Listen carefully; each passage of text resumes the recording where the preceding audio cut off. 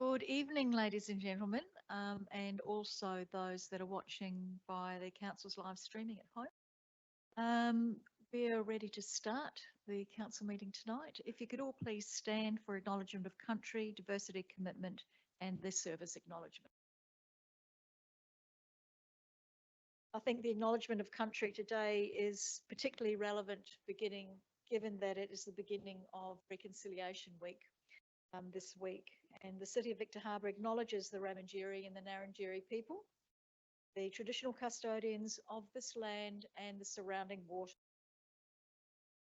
We acknowledge their deep connection to country, and we pay our respects to elders past, present, and emerging elders. And this respect extends to Aboriginal and Torres Strait Islander people across Australia and those. The City of Victor Harbor is committed to diversity, equity and inclusion. We respect people of all ages, abilities, genders, sexualities, religions, backgrounds, cultures and beliefs. We recognise the brave individuals who have served and continue to serve our nation. We remember those who have lost their lives and paid the ultimate sacrifice to our country. Almighty God, we ask you to bless this council and allow it to be an agent of change to the people of this city and beyond.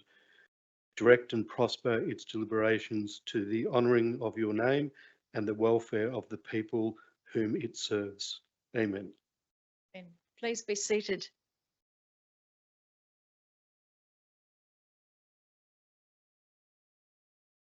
And again, welcome everybody. And also we're at the end of the volunteer week. So if there's any volunteers that are here with us tonight or listening on stream, thank you very, very much for your service to your organisations, to your clubs and to council. It is really appreciated. We do have a couple of apologies. Councillor Mann, who is on leave, and also Councillor Schofield, unfortunately, is a late apology. We don't have any items adjourned or lying on the table, so we'll go straight to 5.1, which is minutes of the previous meeting, being that of the 22nd of April. And the recommendation is that those minutes be confirmed as true and accurate. Would someone like to move that way? Thank you, Councillor Schiller, and seconded Councillor Mackenzie.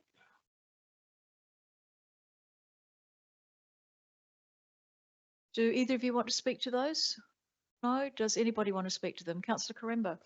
Thank you, Mayor. I just had a question. I raised some questions, I think without notice, or it might have been with notice, at the last council meeting regarding the ambulance station. And I was waiting to hear back a reply as to why they weren't minuted, because I did ask for them to be minuted in these minutes. Questions without notice are not normally minuted unless you get a mover and a seconder and it's voted to minute them.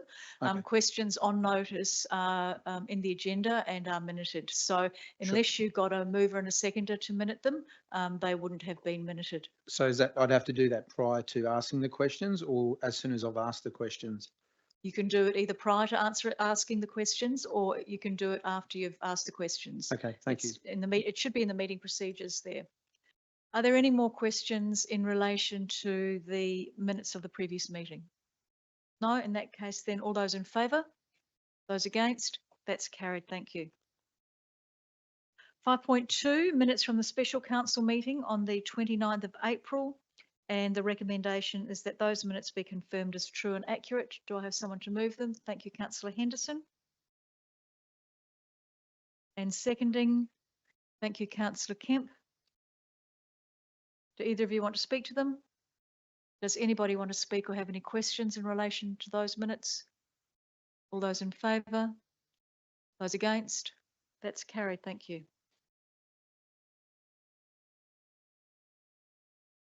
Can I just say, if you're voting against a motion, it is perhaps a good idea in terms of the debate to let the other councillors know why you're voting against it, because it might mean that one of them realises that there's some concern that you have about the motion and may vote against it as well. So that's probably something just to keep in mind in terms of transparency. A number of times community members will say to me, why why did somebody vote against it? And I say, look, I don't know. They didn't say in the debate. So just to be clear for community members, that can be helpful. That was carried, I think. Yep. So we have the minutes for the special council meeting on the 13th of May. And the recommendation is that they be confirmed as true and accurate. Does someone want to move that way? Thank you, Councillor Kemp. And do I have a seconder for that? Thank you, Councillor Henderson. Do either of you have any questions for those minutes? Does anybody have any questions or anything they'd like to say? Councillor Burns and then Yep. Councillor Quaremba.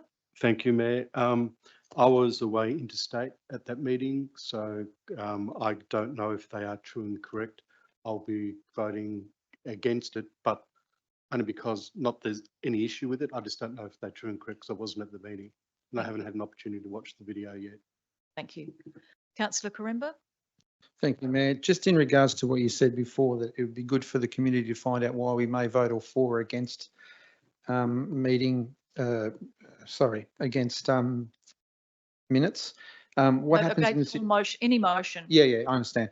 But what happens in the sense of a meeting where it's held in confidence? How am I meant to say whether I disagree or agree with the minutes if I can't actually talk about it if it's in confidence? So how do you elaborate why you would vote against something without bringing it out of confidence? If the minutes are in confidence or if any motion is in confidence, you will still have the elected members here. And so part of the debate is letting the elected members know why you think that they should not vote for something or why they should vote for something. So rather than just not voting, letting the rest of the team know what you are, what your thoughts are on it is important. So sorry, just for clarification, if a matter is in confidence, then the only real thing I can say is I don't believe the minutes are true and reflective because they're not true and reflective. I can't actually go into particulars of that matter, can I? Being that it's in confidence.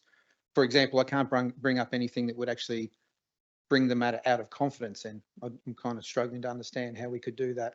I understand what you're trying to say, but I'm just struggling to understand how we can say anything other than that. It was in confidence. I don't think any of these minutes were in confidence in terms of the special council meeting.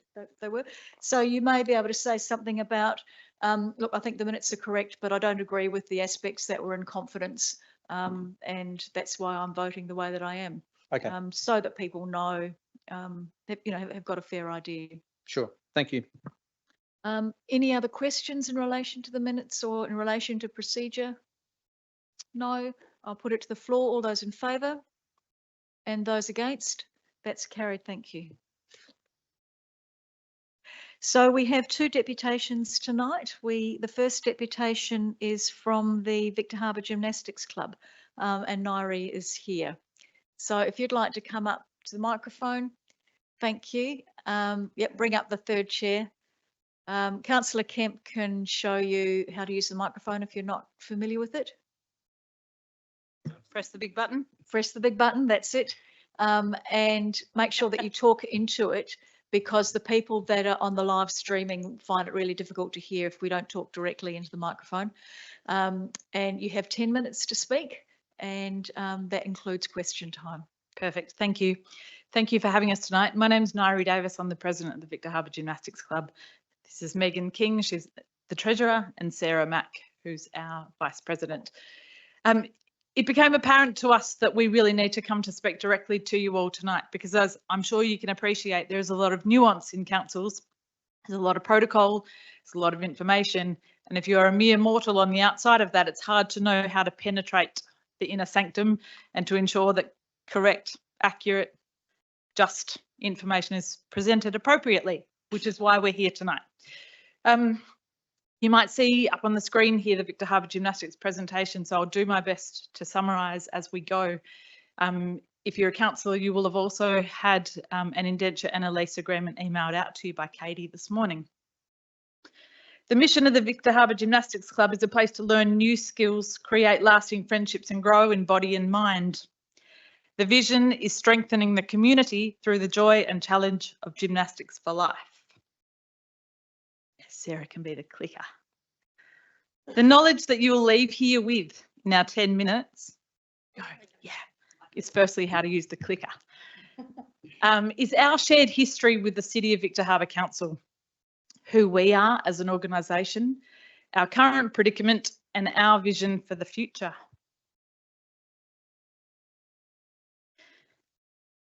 Some of you might recognise that building.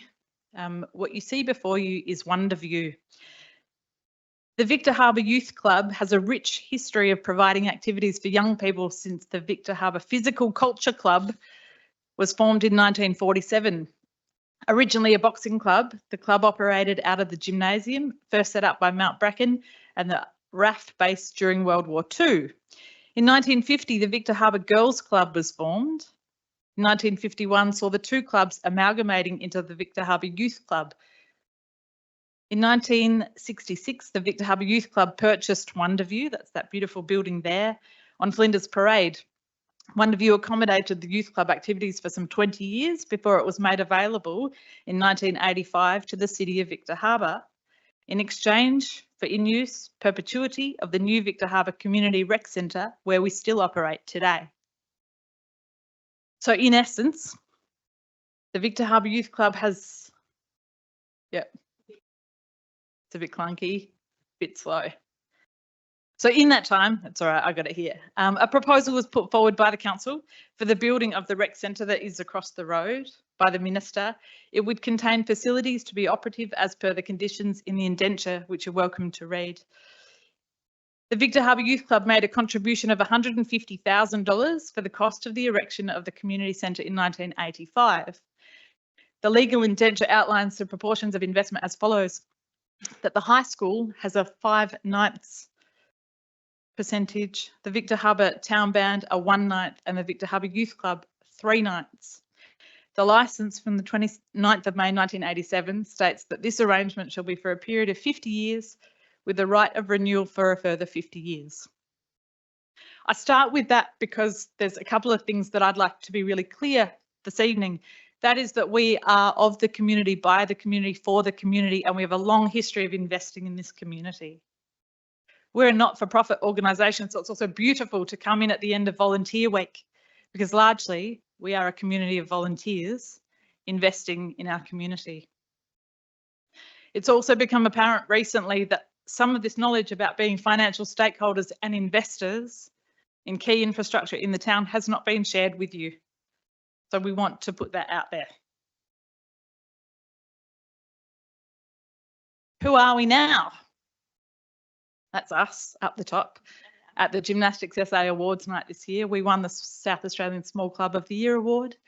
And the photo underneath are our coaches and our volunteer committee at the end of year community celebration. Victor Youth Club is a not-for-profit sporting club governed by a committee of volunteers. Our coaches are Gymnastics Australia accredited. We offer gymnastics for all recreation classes from foundation to advanced, as well as women's artistic gymnastics. Victor Harbor Youth Club was awarded the SA Gym Club Small Club of the Year in 2019 and 2023. And we've had Coaches Awards for Finalists of the Year in 2019, 2022 and 2023. Classes offered. Between 2019 and 2023, we've offered play gym, foundation gym, recreation gymnastics, pre-comp, open tumble, teen classes, WAG competition, holiday workshops, adult workshops and sporting schools workshops. Gymnastics still ranks only behind swimming as the most engaging sport in Australia, and between boys and girls, second only to football with boys. But the aim of retaining athletes and keeping participation ongoingly is one of our driving motivators. Gymnastics for All is recreational gymnastics designed to learn the fundamentals of gymnastics through the exploration of movement.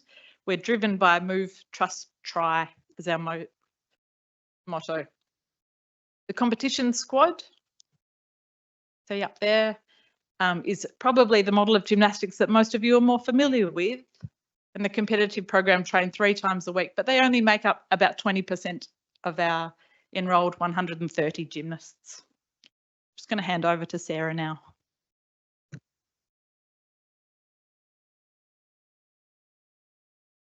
Okay, so I'm sorry about the formatting up there, but basically the current predicament is that the space that we're in at the moment has a really low ceiling, not conducive to aerial work with gymnastics.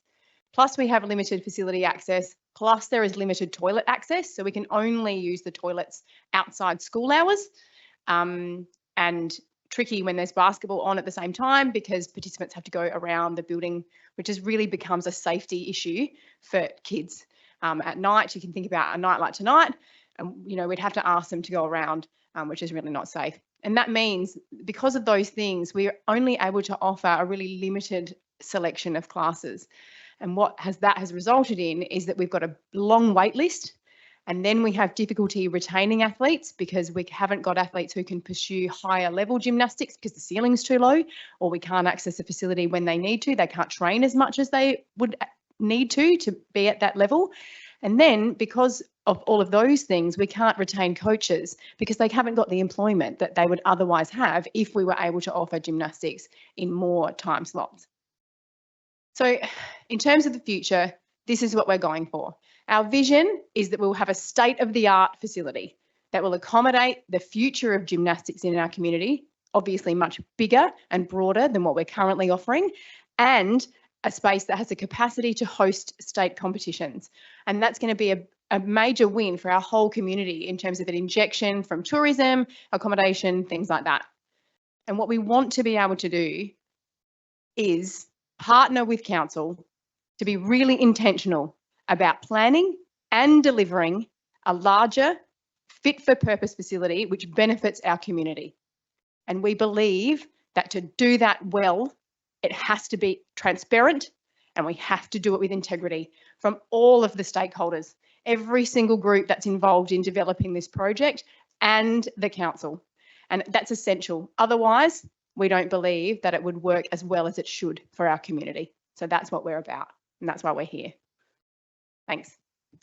Thank you very much. And I think a number of the things that you've stated, Council also shares with you in terms of the state-of-the-art facility space that has the capacity that you want. So thank you for coming. Are there any questions?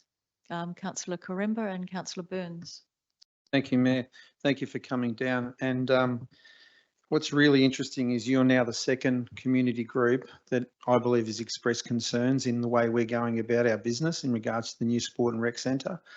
I know you've signed NDAs, so you can't actually talk a lot about what you've said, but I'm looking at your lease agreement, which I obviously only just seen now, and you've highlighted certain things, for example, your 50 plus 50 year. Obviously, you've highlighted that because that doesn't seem to be something that's going to happen in the future. I 100% agree with you that if we're not open and transparent, everybody's going to miss out. And I really, truly question whether what we're doing is right. As I said, you're the second community group and the second biggest stakeholder in what we're doing. So I really am concerned that you have to come as a deputation to this council. I guess my question is for you, do you feel, and obviously you've got to be careful here, but do you feel the centre as presented to you, the one we're going with, is going to meet your needs, or do you feel that potentially you may not achieve what you're after? Thanks for your question. Because the Gymnastics Club has been involved in various iterations of conversation in my 7 years of being there, this conversation had begun prior to that, throughout the Treadwell consultation and throughout this iteration as well. We have given a lot of information and a lot of input and a lot of meetings. What concerns us is that that hasn't been shared. So first and foremost, that's why we're here tonight, so that everyone can hear the same information. Secondly, the predicament that we're in at the moment over at this facility is that somebody at the council once upon a time decided that building a low ceiling with all of these beams in place was a really fitting infrastructure model for gymnastics. And we don't want that same thing to happen again. You're right that we can't speak into the NDA, but that's why we want to start from this point of clear communication so that we can problem solve as we go rather than be left with a white elephant. Thank you. Your time is up, but I will take the question from Councillor Burns. Thank you, Mayor. Thank you. Thank you very much for your presentation. I actually learnt some information that I wasn't aware of. One of the challenges I understand that you have that wasn't listed up there is also storage. My understanding is you have to bring everything out, and then take everything back because other people are using facilities, which is both labour intensive but also time consuming as well, where if you actually had a purpose-built area would be preferable. Not only the ceiling height, but storage is also a challenge for you as well. Yeah, that's correct. And what that leads to is because of the shared facility, it means that, for example, some of our competitors, they can only train on bars once a week because that's only when we can set them up because they're set up on one of the basketball courts. So, and that's one of the pieces of apparatus that's also stored. I think just something that I wanted to add on top of what Nairi said just before is around the 50+50 lease. And I guess that's a big question that we have heading forward into whatever the new place looks like, and the new model is how does our existing 50+50, is that going to transfer over into this new space? Because otherwise we're giving up a significant thing to start at zero, and that's a big ask. So. And I think that's a good question, and I'll certainly take that one on notice and ask if the administration can get back to you with that and start some of that dialogue. Did you want to respond to anything, Victoria, before we move on? I guess just to clarify in terms of your statement that none of that information has been shared in terms of that ongoing consultation over several years, it has been shared with all elected members in terms of the ongoing challenges of not only the gymnastics, it's the high school, it's the Great Southern Basketball and also the band in terms of those facilities which aren't really fit for purpose anymore in terms of a growing community, and hence bringing those groups along the journey. And yes, we can always do things better, but in terms of your existing leases, even with the similarly with the band and also access for Great Southern, Council is well aware of its obligations with those existing leases and wants to ensure that we make sure that they continue on in whatever those facilities may look like, whether it's within the precinct or any other facility. Thank you. Thank you very much for coming tonight. Our second deputation is from Nick Hayles, who's the manager of the Encounter Community Centre. I'm going to declare a conflict of interest because I am the chair of the Encounter Community Centre board, and so I'll leave while Nick's doing his deputation because I don't want that to influence me in any way in any future deliberations that the council may make or may not make, and I'll ask Councillor Kemp if he would come and take the chair, please.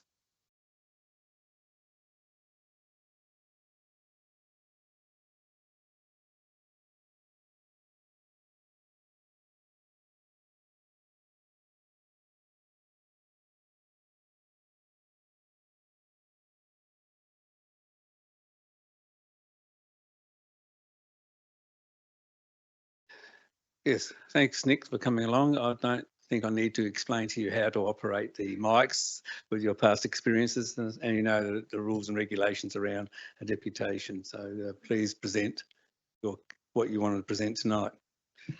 Beautiful. Thank you, Deputy Mayor Kemp and councillors for having me along this evening.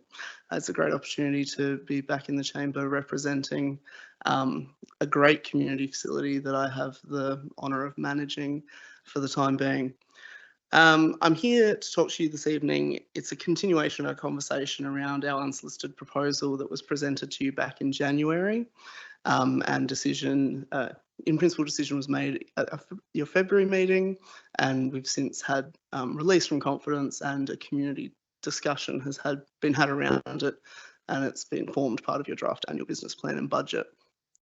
So just for an overview, in case we need some refamiliarisation with Encounter Community Centre, we've been on a journey for the last 50 years in this community, actually, because this was written last year, it was 49, but this year we're celebrating 50 years as a local-based, membership-based community charity that has served some of the most disadvantaged in this community for half a century. We mainly provide services to those living with a disability, but we also provide a whole range of community services alongside this. We have, a whole range of classes. We only exist because of the around about 100 volunteers that we have actively serving our centre, and we would see probably 350 plus people engage with our services throughout any given week. So fair to say we have a significant, I guess, footprint in this community. Now, that's okay. We'll go to the next one. I think we'll skip this one and go to this one. Beautiful. So yeah, our main services are those to people living with a disability. We would have 40 to 50 participants who engage with our services on a weekly basis, and the majority of those would engage at least 3 times a week, 3 days a week with the services we offer. On top of this, we also have the Wooden Toy Factory, a community service that engages probably about 40 to 50 volunteers in its operation. We make, paint, retail toys, with all proceeds going back into the services that we run throughout the centre. Last week, as the Mayor mentioned, was National Volunteers Week, and we had the joy of launching our social value analysis. So we've actually had a social work student put together a document that analyses the value of volunteering within the Wooden Toy Factory, and taking a look at it not from a financial perspective, but from a social value perspective. That is, what do these people value about this? Why do they bother coming out of their house to this? And it's things around, this is their community. This is the opportunity to get out of the house. This prevents loneliness and social isolation. It's good for their mental health, and they find real value in what they do, volunteering for our centre. And then the other side is our community services. So we have English as a second language, adult literacy, computer classes, a community garden and nursery, a play group, and all sorts of other stock standard community services as part of what we offer. And we'll just go to the next one over. And there's some testimonials that you would have seen in the document. It centres around the fact that these people, these 350 plus people that engage with our services week in, week out, value it to, this often is the thing that adds value to their week. So we went through the process with you. We've worked with administration and yourselves as the chamber, and we got that in principle decision.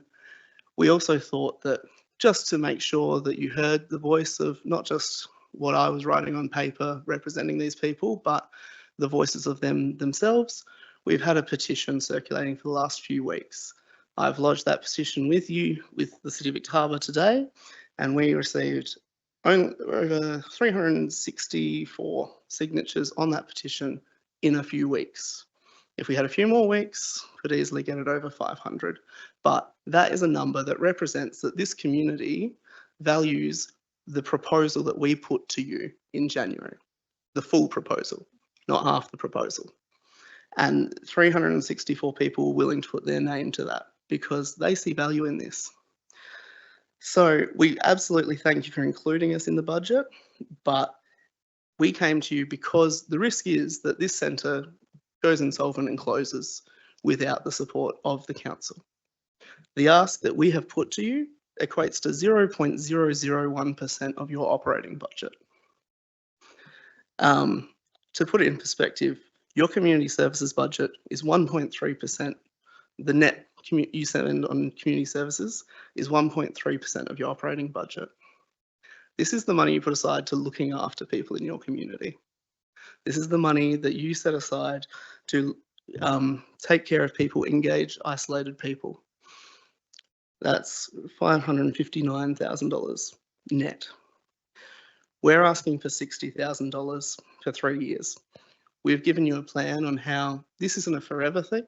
This is something to weather a storm, because COVID did knock the stuffing out of this facility, and it's taken a lot to change it. The growth path has improved, but what we need is time, and that's the proposal that we put before you. The impact versus spend of what we've proposed, I don't think that you, as the City of Victor Harbor, could get better value for money. If you tried to open as the council a facility of our nature in your community, you would end up spending $500,000 annually easily. We're asking for $60,000 for 3 years. for a fully staffed community centre that provides 6 to 7 day week programming, reaches over 350 people, provides a place for the community's most disadvantaged, and your social infrastructure assessment that you released at the start of this year shows that the council has consistently underprovided in this area. It shows that by the end of the decade, you'll provide only half as much space as the community your size demands. What is your answer to this? That infrastructure assessment itself identified our centre as a mid-term solution to this problem that you have, and you have spent a lot of money identifying.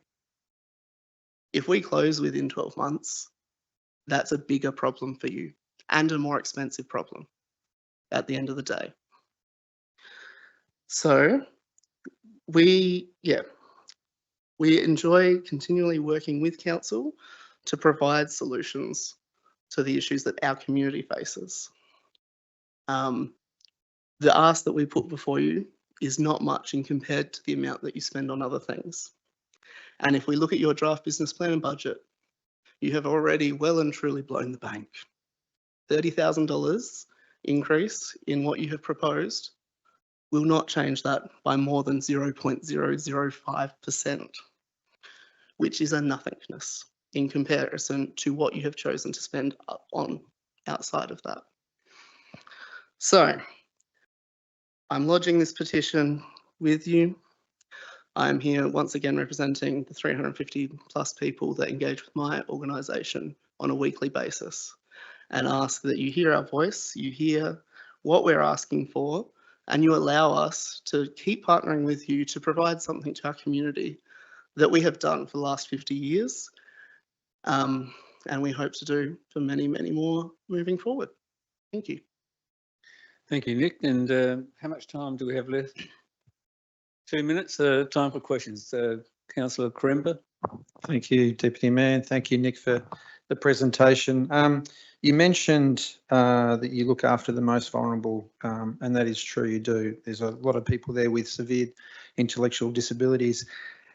It's actually those people that actually came to me were really upset about this turning into a community centre, as you so call it. Their concerns are that how are you going to make it a safe place when you have people with really high needs, and then you're going to turn it into a full community centre and they feel like they're going to get pushed out. So what sort of level of safety are you going to provide to have this happen? Because, as I said, these parents have come to me and they're worried what is going to happen if there is an incident in the centre. Thank you, Councillor Quaremba. The reality is that our centre has always been a full community centre. We have always offered a whole range of activities to a whole range of people from our community. It has never been an isolated disability service, ever. So it is not a change for us to label us, just because we put the word community into our name, it's not a change in what we're actually presenting. It's a continuation of the work that we do.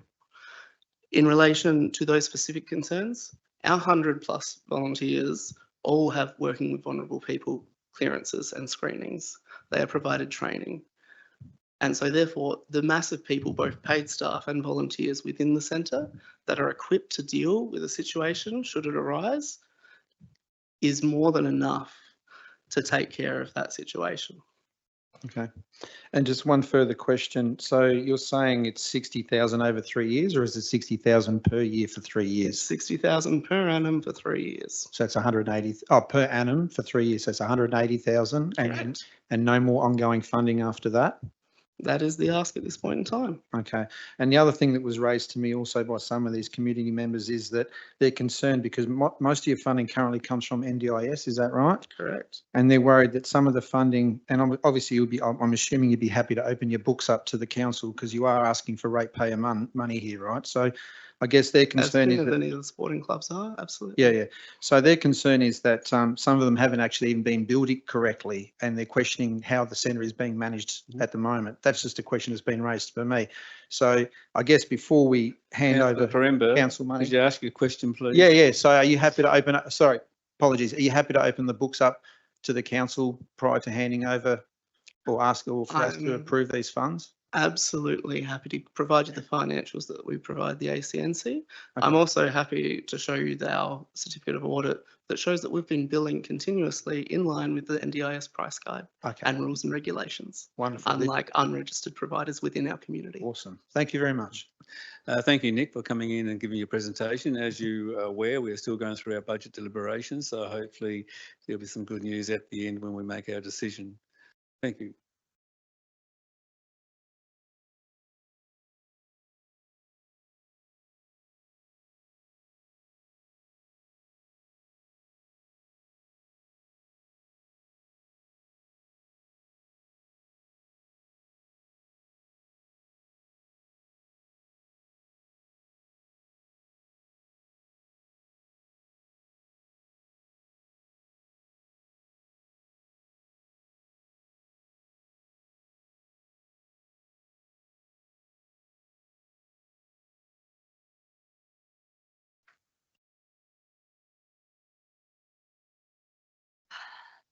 Thank you for that, Councillor Kemp.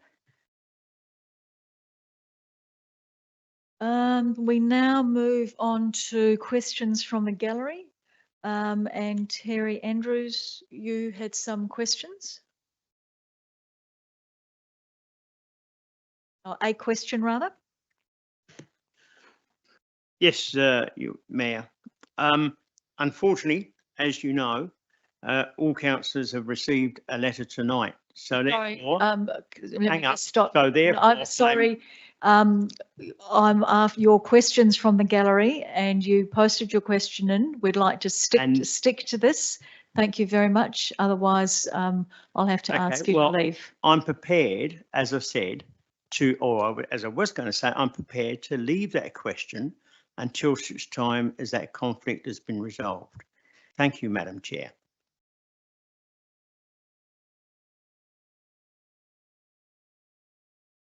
There are no petitions, and so we will go to 9.1, the outstanding resolutions for May 2024.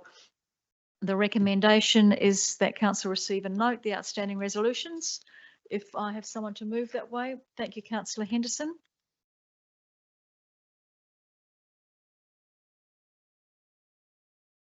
And seconding that, thank you, Councillor Mackenzie. Do either of you have any questions or anything you'd like to say about the outstanding resolutions? No. Does anybody else? Thank you, Councillor Burns. Thank you, Mayor. Just a number of questions, if I could. On page 2 of the outstanding resolutions, OC 382020, in regard to administration has been liaising with Encounter Bay about the needs of a connection path between these sites, and mentions that grant funding has been applied for. I just wanted to clarify, will all the costs be covered by the grant funding, or if the grant funding is not successful, will this work still go ahead and be an expense of the council, or will it be cancelled? Yeah. So I'll ask Jodie to respond to that one, Sure. Councillor Burns. Thank you, through the Mayor. Since this report was written, we've actually found out that we were unsuccessful in that grant funding. okay. It was 50% grant funding. The budget bid that was put to council for the 24-25 budget was not subject to the grant funding. Okay, thank you. My other one was on page 3, OC 222023, the first one. Just wanting to know if we have any estimated time that this will be completed. It's under investigation. Any ETA at all? Graham, can you answer that one? Yeah, through the Mayor, as per the update, there's a number of parcels of land that are being looked at that all involve other matters at the moment in terms of the precinct as well as 44 Adelaide Road. But there's just other things that are happening with those at the moment that have taken precedence over this particular one. So it's still under investigations, but just waiting on some of these other aspects of these lands to fall into place so we can see what's left and what's usable. Okay. Is it likely to be by the end of this or end of this calendar year? Most likely next financial year. Okay, thank you. I have a question in regard to page 4, OC 4132023, the top one on the page, where one of the councillors, Councillor Schiller, had requested looking at a signal pedestrian crossing, which I also think is a good idea. But the Department of Infrastructure and Transport have come back saying, even though they own the road, it would have to be at council's cost. But then I notice in there that a cost estimate has been requested from SA Health. Was that just a typo? Was it supposed to be Department of Infrastructure and Transport? Jody? Thank you. Through the Mayor, it's SA Health because we're looking at co-locating it with the ambulance station, so it can be connected to their signals. So no, if an ambulance needs to leave, it doesn't run over a pedestrian crossing the road at the same time. Okay. So why wouldn't it be the Department of Health and the Department of Infrastructure and Transport? They own the road. Why would council have to pay for it? So through the Mayor, it's not a priority for the, we did ask them previously. Okay. If we want it, we need to pay for it. The conduits are already under the road. They were put in that location when the pedestrian crossing and the pedestrian refuge was put in. And we had the last meeting we had with them was on the 16th of May. So we're still working through that. Okay, thank you. The next one was OC 4582023.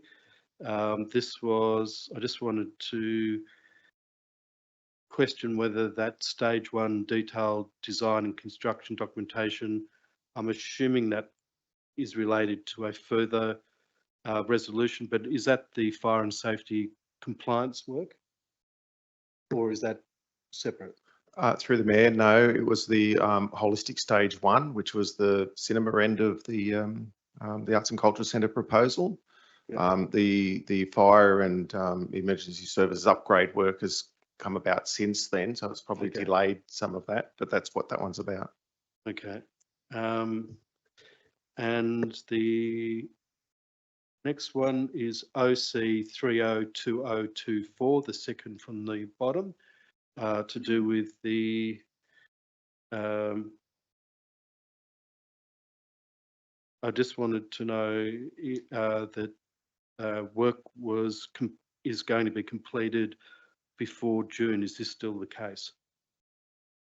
Through the Mayor, work will be commenced before June, so that's for the purpose of the subsequent design aspects for the Arts and Culture Centre. It was delayed a little bit because we also had to include the design for the building fire upgrade that council sought.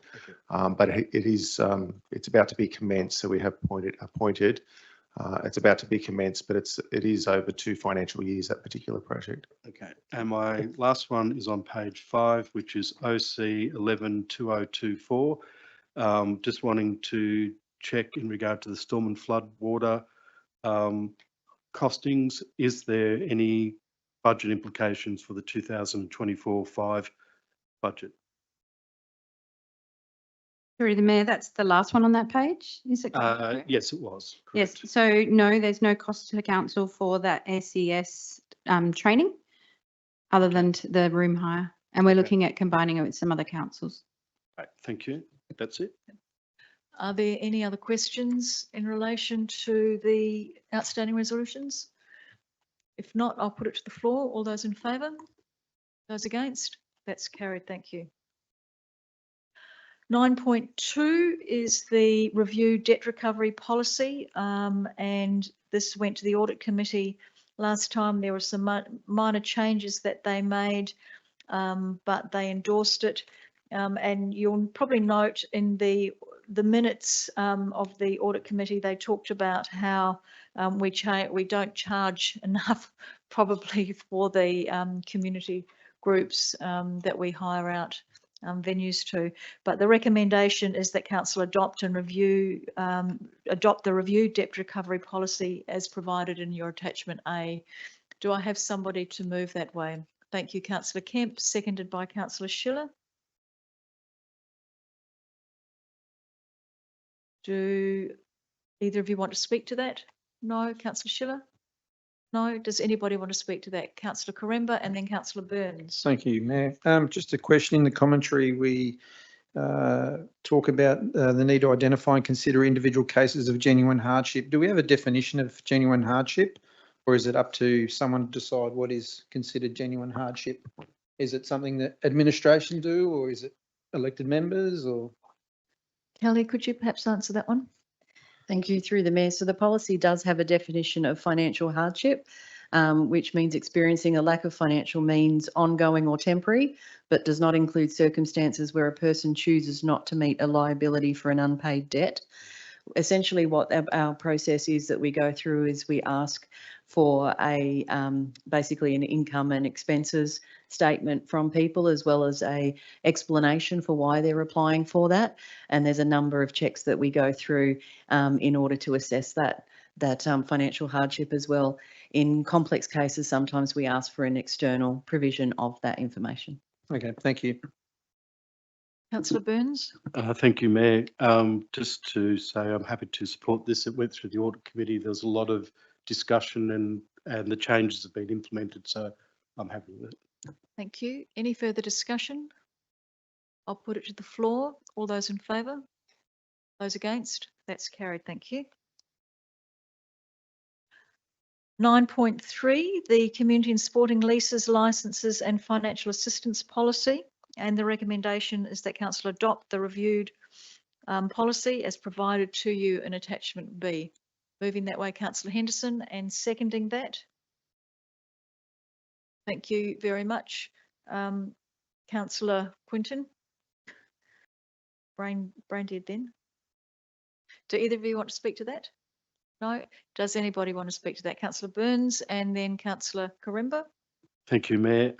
I've read through this and really just about everything I don't have any issue with, except for one single thing, which is where it talks about that if council gives a non-profit community group or a sporting group or club a lease on a council-owned building, and even though they're the sole user, that there's an expectation or requirement that they do maintenance. And I don't think there's an issue with that.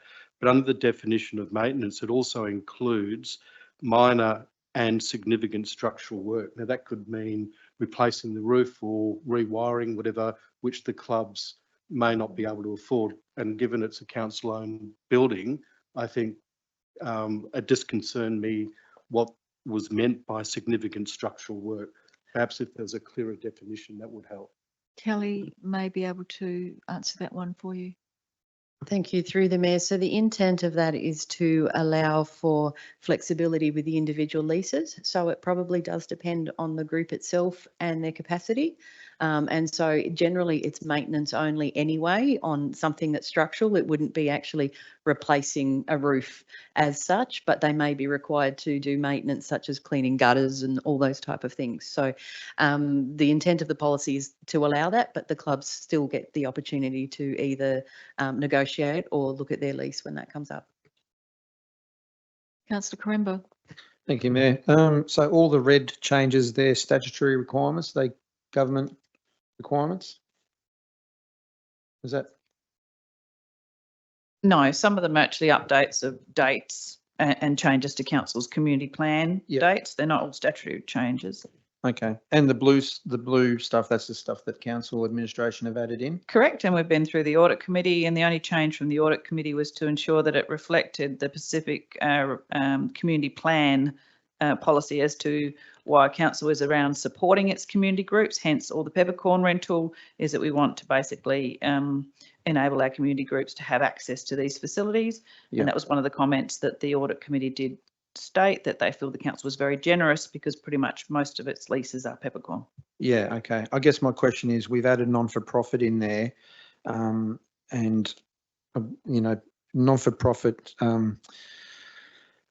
yeah, I'm not comfortable with that because there are some not-for-profits that do pump all their money back into the business, but having said that, they also pay the directors some exorbitant fees. And so the whole term non-for-profit is a bit of a concern to me when it comes to leasing agreements. So is there a reason why Administration chose to put non-for-profit in there. Graham, do you know? Kelly, can you answer that one? Basically, it's Otherwise just we the might have to term take- that many of our groups, or pretty much all of our groups, are not for profit. So it's clarity around those associations. So all of our community facilities are leased or licensed to sporting clubs, associations which are not for profit.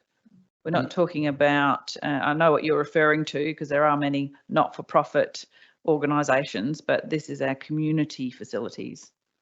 Right, okay. So that wouldn't have anything to do with the say, like the non-for-profit childcare centre then? That's not what you mean?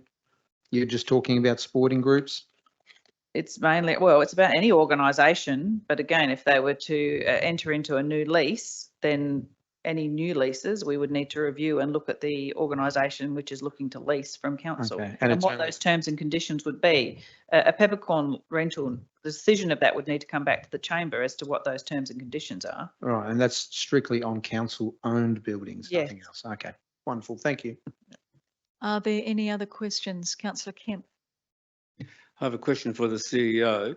When the staff did the review of the policy, did they take into account the community lease property charter that the council has in place, which is still current?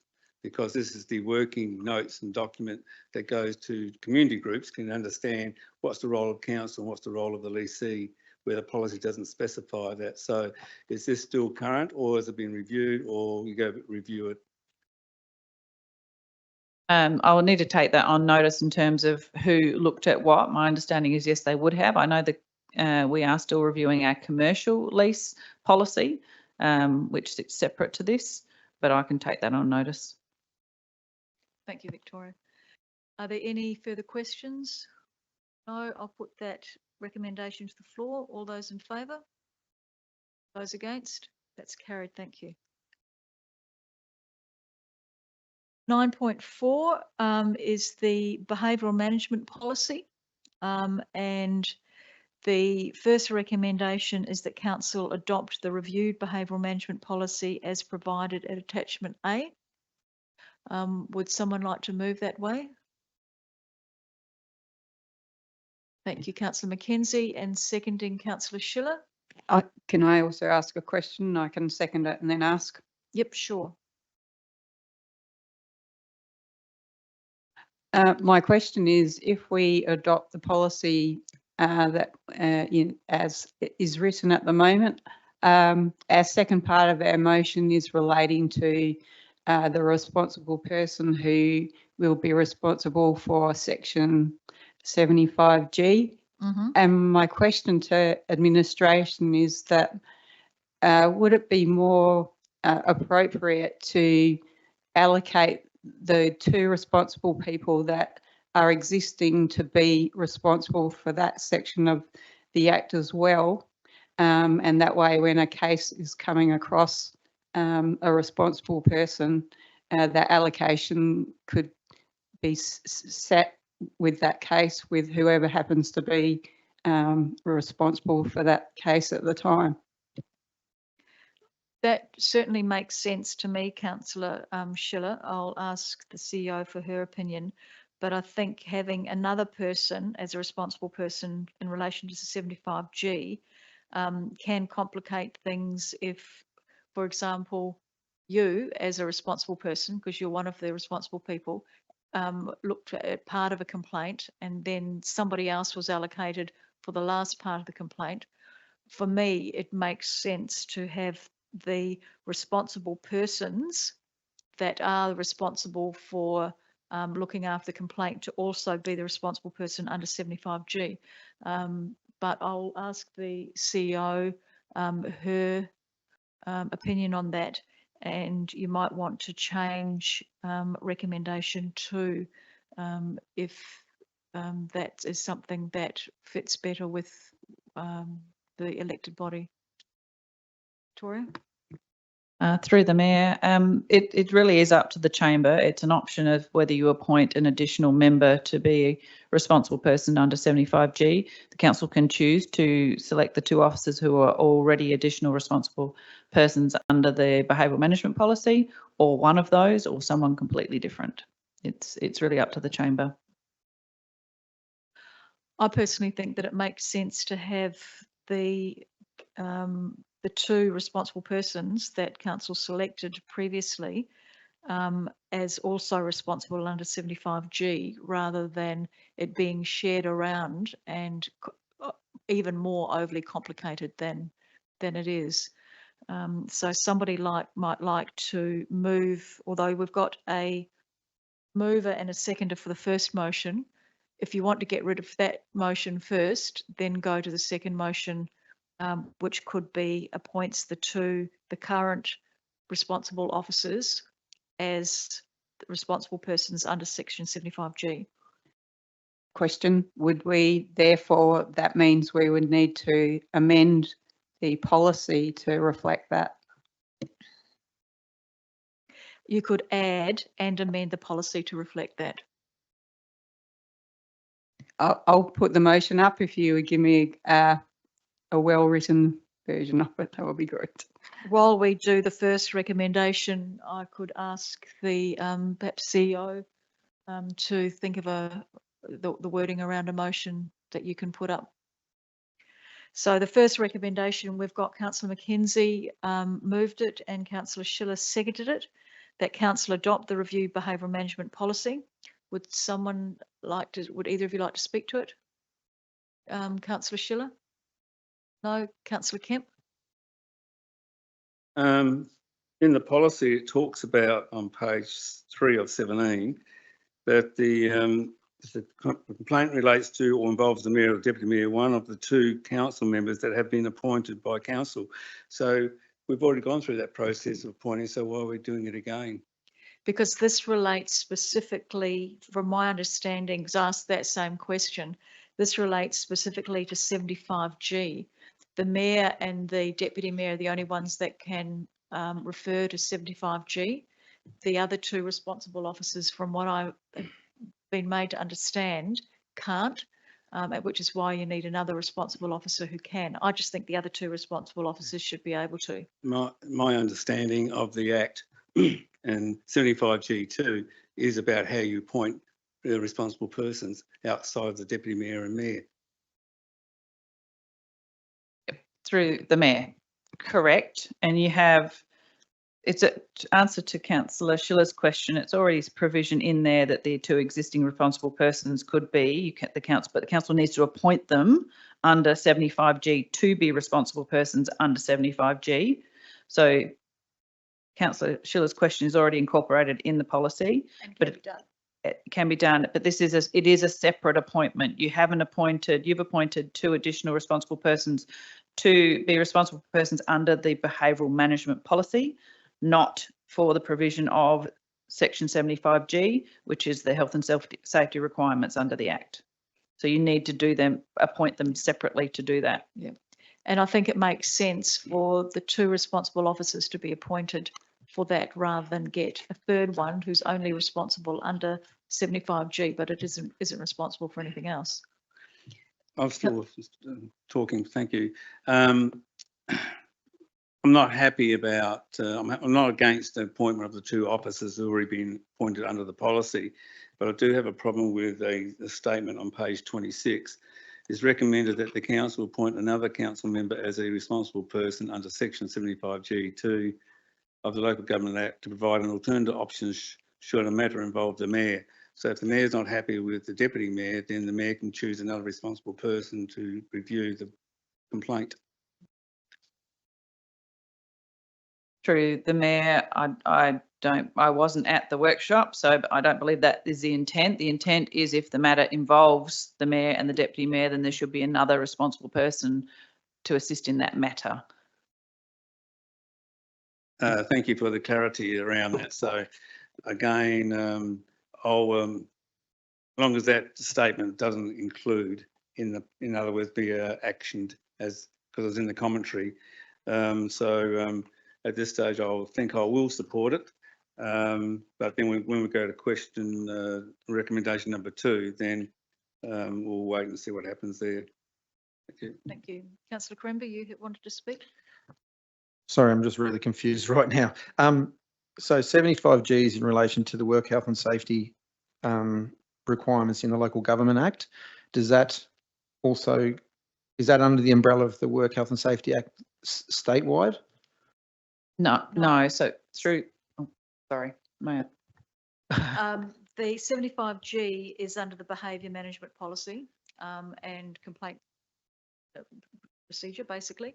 So, and is separate from and we had the workshop about it last week, the week before. So 75G refers to occupational health and safety issues. So is around workplace bullying or bullying in the chamber. So if somebody feels that they are being bullied and puts in a complaint under the behavioural management policy, then that applies to 75G and is separate from all the other types of complaints. Right. Do we have any outstanding cases Look, I that would, refer to this matter? Because if we do, we probably shouldn't be voting on. Actually, I'd probably like to put an amendment, motion to actually adjourn this until we can get some clarification, because seems to be a bit of misunderstanding as to how this will affect the chamber. And work health and safety is a pretty big issue, so I would put forward a motion to actually adjourn till we have a better understanding of what we're voting on. board motion to adjourn. Do I have a seconder for that? Thank you. All those in favour? Those against? Sorry, that's lost. Any further questions? Councillor Burns? Thank you, Mayor. Just clarification. So my understanding of the legislation is normally for either of the complaints, the mayor would look at it. If it involves the mayor, the deputy mayor would look at it. And only if both are compromised, it would then go to the responsible person. And this is proposing to add an additional person for the deputy mayor assessments only, not to the CEO, not to the mayor assessing, but only the deputy mayor. And I have a problem with that because I believe that it's trying to modify a process that's already in legislation. I don't have a problem with predefining elected responsible members from the council that look at it if the mayor or the deputy mayor are compromised. But I have a problem in saying that if it's a staff issue, the CEO alone gets to look at it. If it's a issue with an elected member, the mayor looks at it. If it's an issue with the mayor, the deputy mayor looks at it, but they have to have someone else in addition to the deputy mayor. And I think that, so if it's a staff issue or if it's an issue about the CEO, then it goes to the CEO performance review panel. This is around the elected member behaviour management policy, so it's only to do with elected members. You're quite right in terms of if there's a complaint, then it comes to me. If it's about me, it goes to the deputy mayor. And if it's from the deputy mayor to me or from me to the deputy mayor, then it goes to one of the other two responsible officers. Now, under the current policy, the two other responsible officers cannot make referrals or findings under section 75G. Okay, so you're quite right, section 75G is in the legislation, but what we need to do is give a responsible officer, which is number 2, or the way that I think Angela Schiller is going to give responsibilities to the current 2 responsible officers to act under 75G if they feel they need to. I understand that, but I just want clarification. That's only in the situation where the deputy mayor is unable Absolutely. to deal with it. If the deputy mayor and I are at odds together and putting in complaints against each other, then it would go to them. Correct. Because obviously neither of us can deal with it. Correct. But if the deputy mayor is not compromised, they're able to look at it. Absolutely. And deal with it and refer it or whatever. Okay. Yep. Okay. So we're still on recommendation 1, which is adopting the reviewed behavioural management plan policy.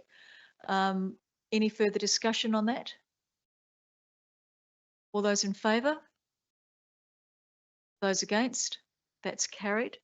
And Councillor Schiller, you had an alternative recommendation for recommendation 2.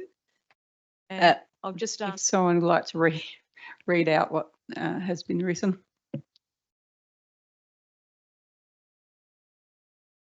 I'll ask Victoria to do that. She's been looking at that while we've been talking.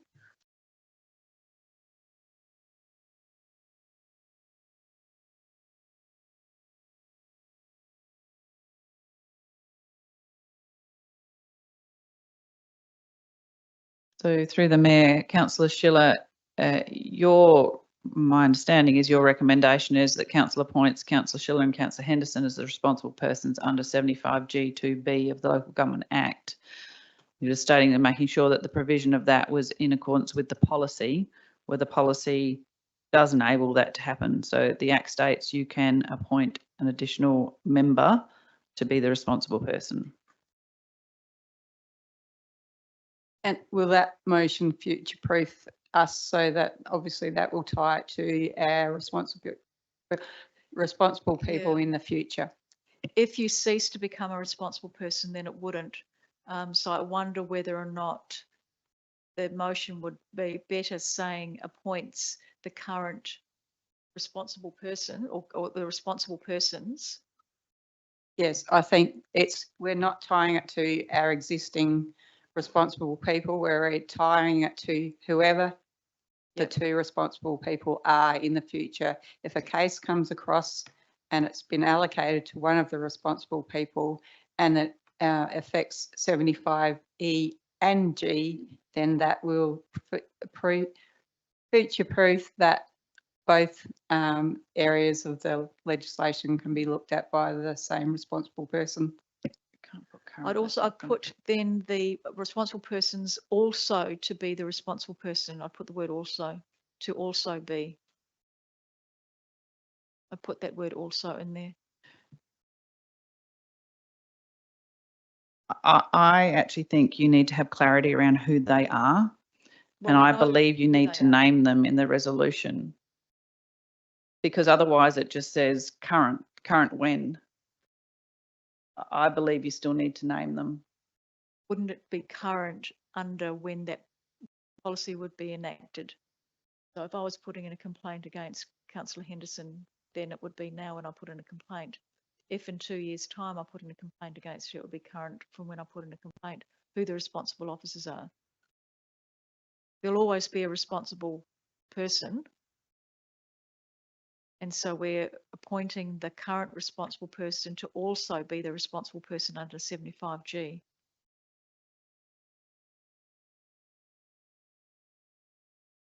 Councillor Schiller, it's your recommendation.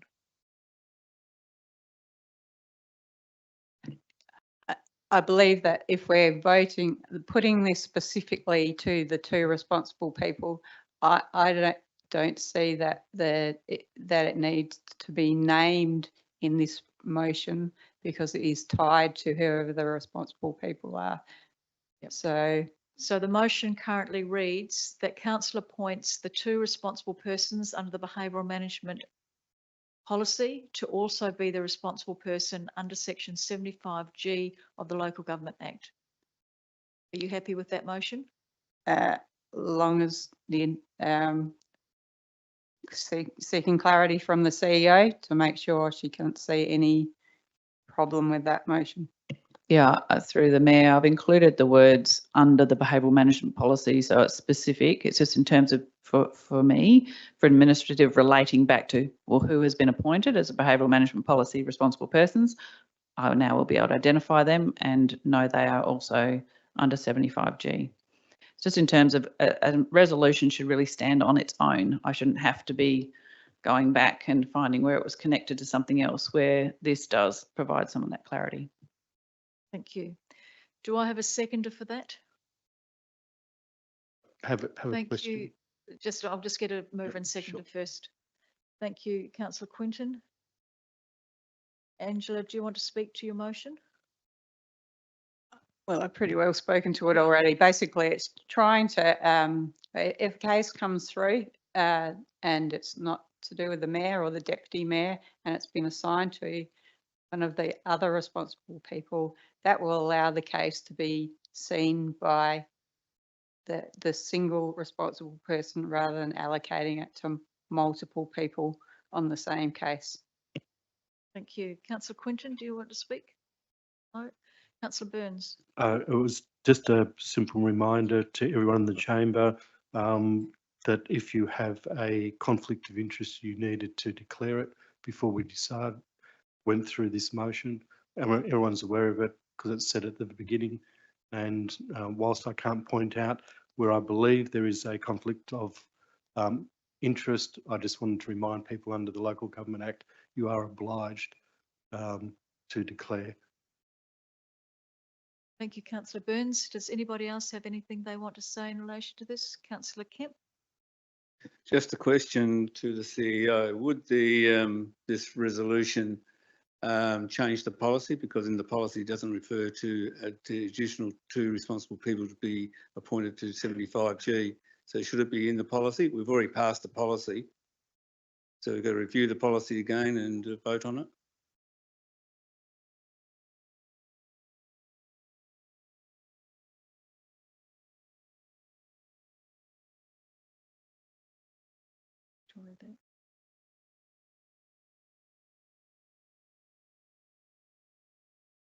Excuse me for a minute, I'm just having a quick read of the policy.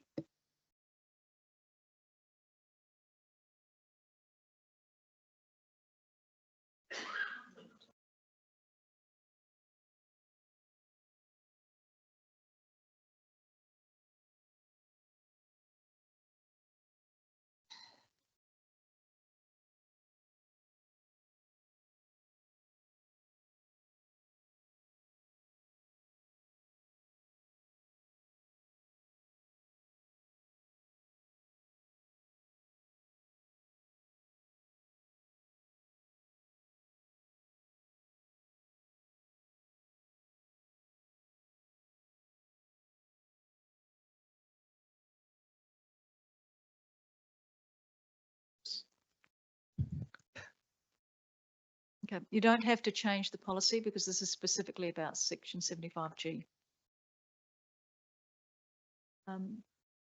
Anything else, Councillor Kemp? Yes, I'm sort of in 2 minds about whether I support this motion or not, because I think that we've got 4 responsible people. I understand that the 2 extra responsible person, you know, at this stage, according to what's been said so far tonight, that they can't look into 75G B to 75G 2B for that reason. But I'm just wondering, to me, it's like sending out a message that, you know, we have major problems in this council because we have to have half the council as responsible persons. So, you know, that's how I see it. And I'm just wondering whether we're really being a little bit, I'm not sure of the words I'm trying to choose, but I just don't think it's valid at the moment. I think we can, if it's required, we can appoint another responsible person at the time we need it. But I think at the moment, I think we all should be able to get on and do quite well. Just to clarify, in relation to the motion, it'll be this, we're not appointing any more responsible persons. It'll be the 2 responsible people that we have already got that will have this additional ability to refer for 75G. And I mean, you know, I think we're all doing pretty well at the moment as a council, and so, you know, hopefully they won't have any concerns to deal with. Any further questions? You'll be closing. Well, actually, no, you've already spoken, Councillor Quaremba. You've just got a question.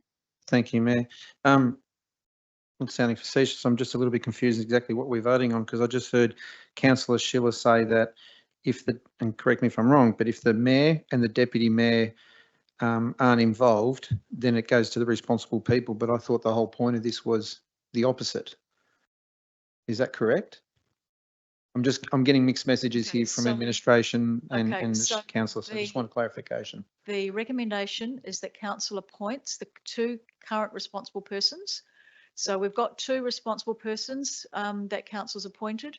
Normally a complaint. So if you complained against me, then Councillor Kemp would deal with it.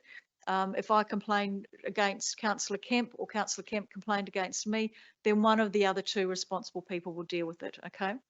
So this recommendation is that those two responsible persons who are already appointed, who already deal with things, are also responsible under section 75G. So if I felt that Councillor Kemp was bullying me, or Councillor Kemp felt that I was bullying him and this was a occupational health and safety issue, then we can't deal with it, so they will deal with it. We don't have to appoint anyone else. It just gives them that responsibility under 75G. And this is a new local government policy and a new behavioural management policy. So we're still setting this up, which is what we've had to do. And so this is just tweaking it so that if this happens in the future, then we've got that behind us. Any other questions? You got a question, Councillor Kemp? Yes, so would this appointment be for the full term of council, or would they be annually, biannually, or for 4 years? So once you appointed a responsible person, then how long is it for? We appointed the responsible persons for this term of council. So I imagine that unless council voted otherwise, this responsibility would go to them for the rest of the term of council. I'll take that debate as finished in case, Councillor Schiller, do you want to close the debate? No, in that case, I'll put recommendation 2 to the floor. All those in favour? Those against? That's carried, thank you. We now move to 9.5, which is the fees and charges register. That council recommendation, council endorses the fees and charges register provided at attachment A, noting the relative legislative fees and charges will be added to the register upon gazettal. I think most of the fees and charges are 4.8 as CPI. However, there's a 15% increase in council, can't read my writing here.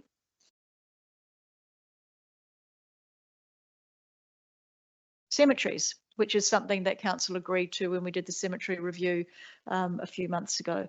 Would someone like to move the recommendation? Thank you, Councillor Henderson. And seconding that? Thank you, Councillor Kemp. Do you want to speak to that, Councillor Henderson? Councillor Kemp? Does anybody want to speak to it? Councillor Burns and Councillor Quaremba. Thank you, Mayor. Page 44, it mentions in there that looking at a 4.8 increase of relevant fees and charges consistent with the CPI increase for Adelaide, quarter December 2023. The Reserve Bank has CPI at 3.5. I was just wondering why it was 4.8. Thank you, Kelly. Thank you, through the Mayor. So in terms of forecasting for the oncoming year, we generally use either the December or the March quarter. So the budget and the fees and charges have been prepared based on the December quarter, because those costs have already been incurred by council in terms of facilitating those fees and charges. So 4.8 is the December quarter, and we're suggesting that the fees and charges need to go up that because council's already incurred costs at that level. In terms of maintaining those services. So will that also be used for rates, potentially 4.8?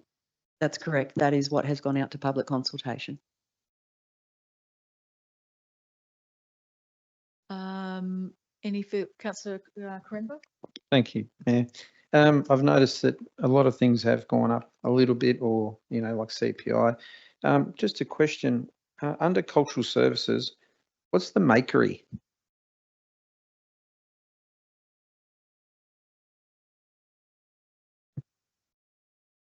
Says the makery workshop space. It's a Coral Street art space. It actually has a name. Oh, okay. Just wondering, why is everything going up, but their spaces, I think it's gone from 100 down to 50. That's a 50% reduction. Same with the, I think it's for non-commercial, and then there's another thing there, but seems to me that sports have gone up, everything else has gone up or stayed the same, yet the cultural services has gone down by, in this instance, 50%. Graham, can you respond to that, please?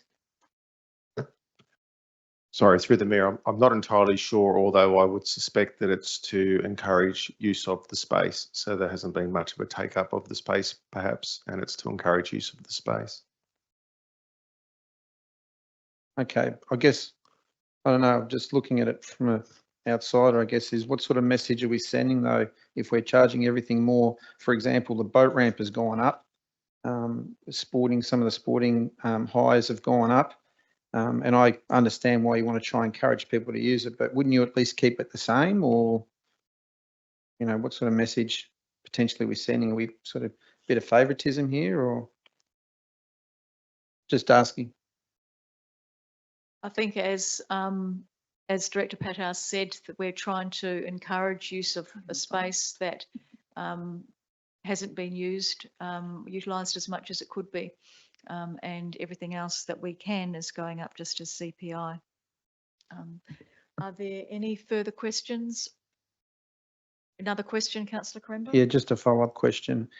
So if it doesn't get used, are we just going to keep dropping the price, or is there a period of time where we'll just eventually say, oh, it's not going to work, so we'll just charge what we have to charge? Or is that what we is that the plan? I just want to work it out. Because obviously the less money we make, it all comes off the budget, I guess.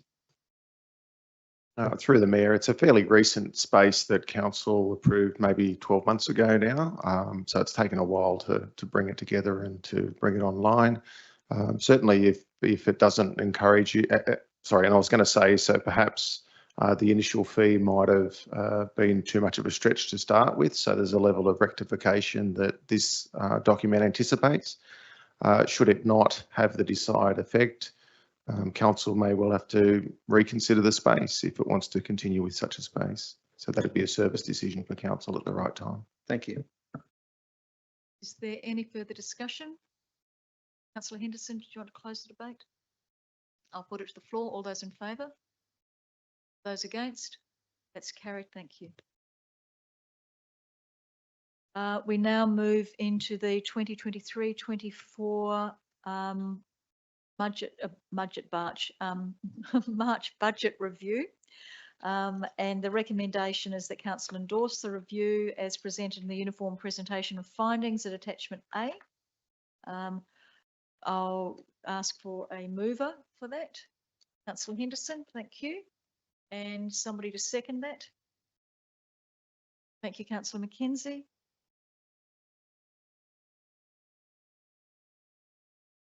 Do you want to speak to that, Councillor Henderson? I don't need to speak to it, but I'd like to ask a question. Several items have come in well under budget, such as the replacement of the irrigation system at the Encounter Bay sports area. I'm just wondering if that's because they found that the existing system was in better repair than envisaged, and that's how we saved significant amounts of money there. Thank you, through the Mayor. No, it wasn't in a better condition. It was just the tenders came in cheaper. That's great. Thank you. Thank you. That's good. Councillor McKenzie, do you want to speak to this? No. Does anybody want to speak to this or have any questions? Councillor Quaremba. Thank you, Mayor.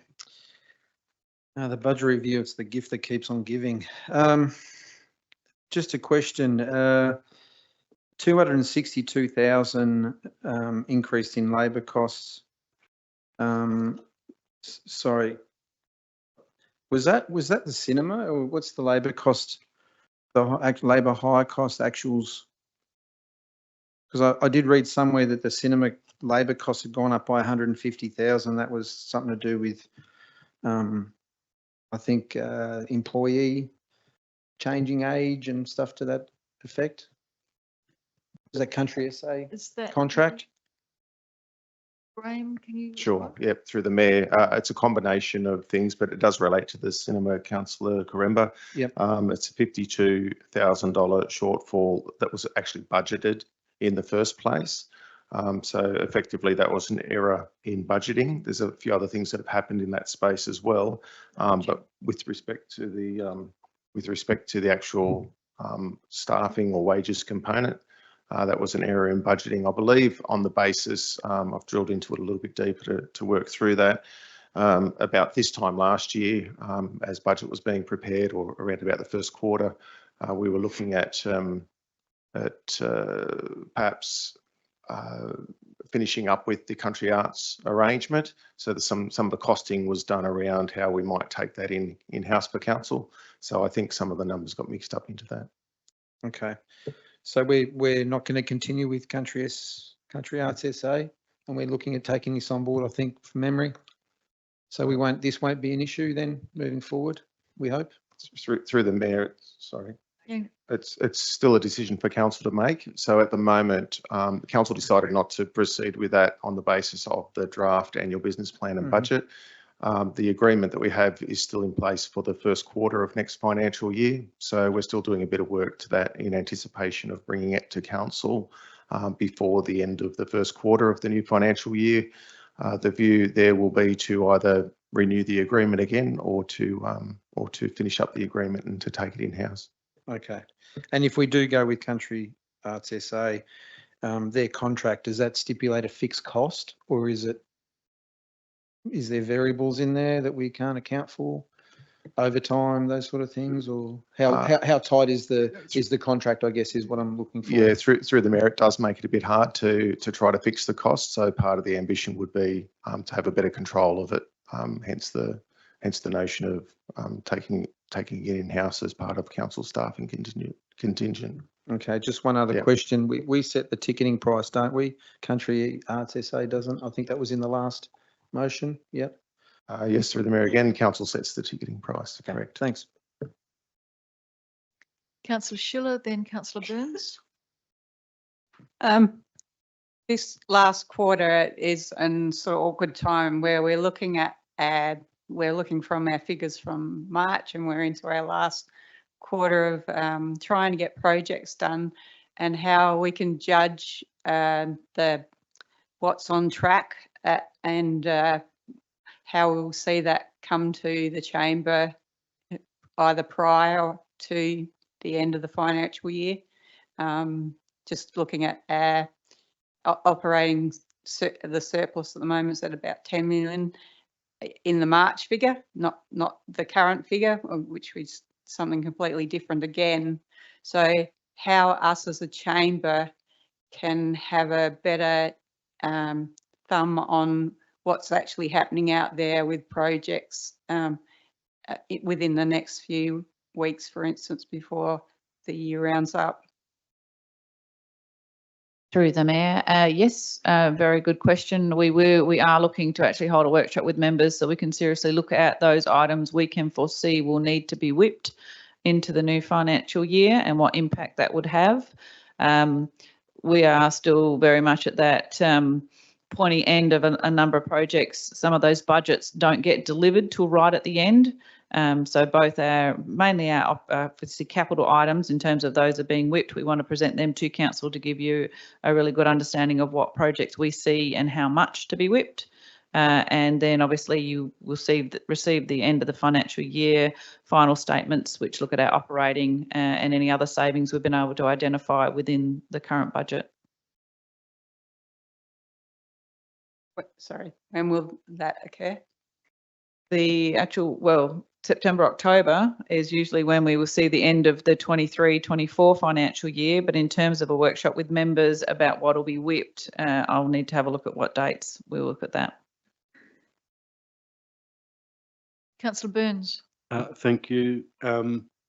I won't be voting for this. I have a couple of issues. One is the asset renewal funding shortfall concerns me. The ongoing operational deficits concern me. I mean, we're looking in December at least a $2 million deficit.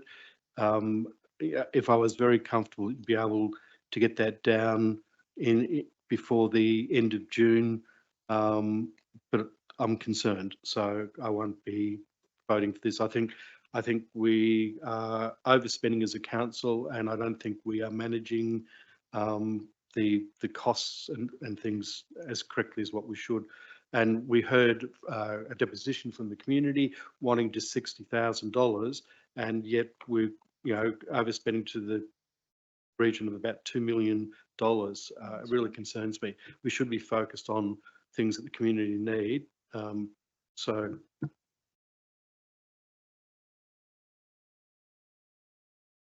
Does anybody else want to speak to this? Councillor Kemp? Just a question to the CEO.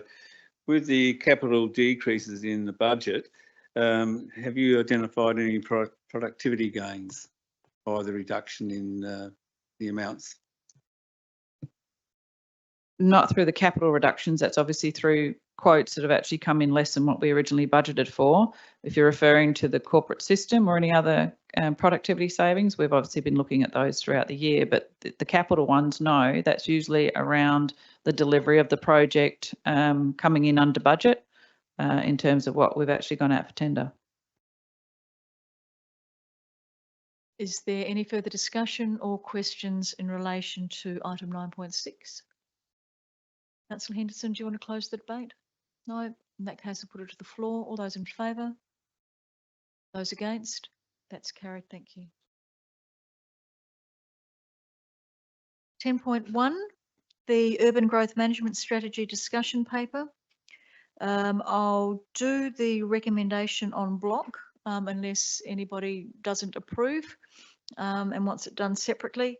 The first recommendation that Council approve the UGM's discussion paper as provided, and second one that a report be brought back to Council following the first phase of stakeholder and community engagement, outlining the engagement findings and next steps for the project. We had a big workshop on this last week.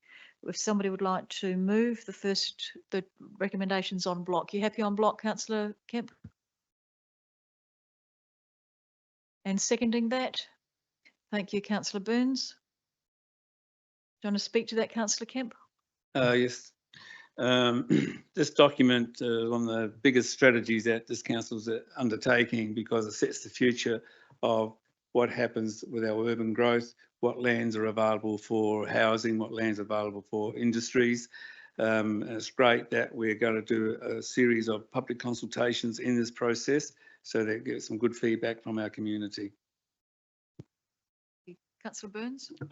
Just that I'm very supportive of this going out to the community to get their feedback. I strongly urge the community to critique and go through this document very carefully and to really provide feedback. Quite often there's a low response rate, and that concerns me. Councillor Schiller, you wanted to speak? No problems with the paper. It's come up really well, and it was good to see that after our workshop that those definitely a lot of the things that we put to the consultant have been taken on board by administration and by the consultant. Just a small technical thing that I'd like to bring up as far as accessibility goes.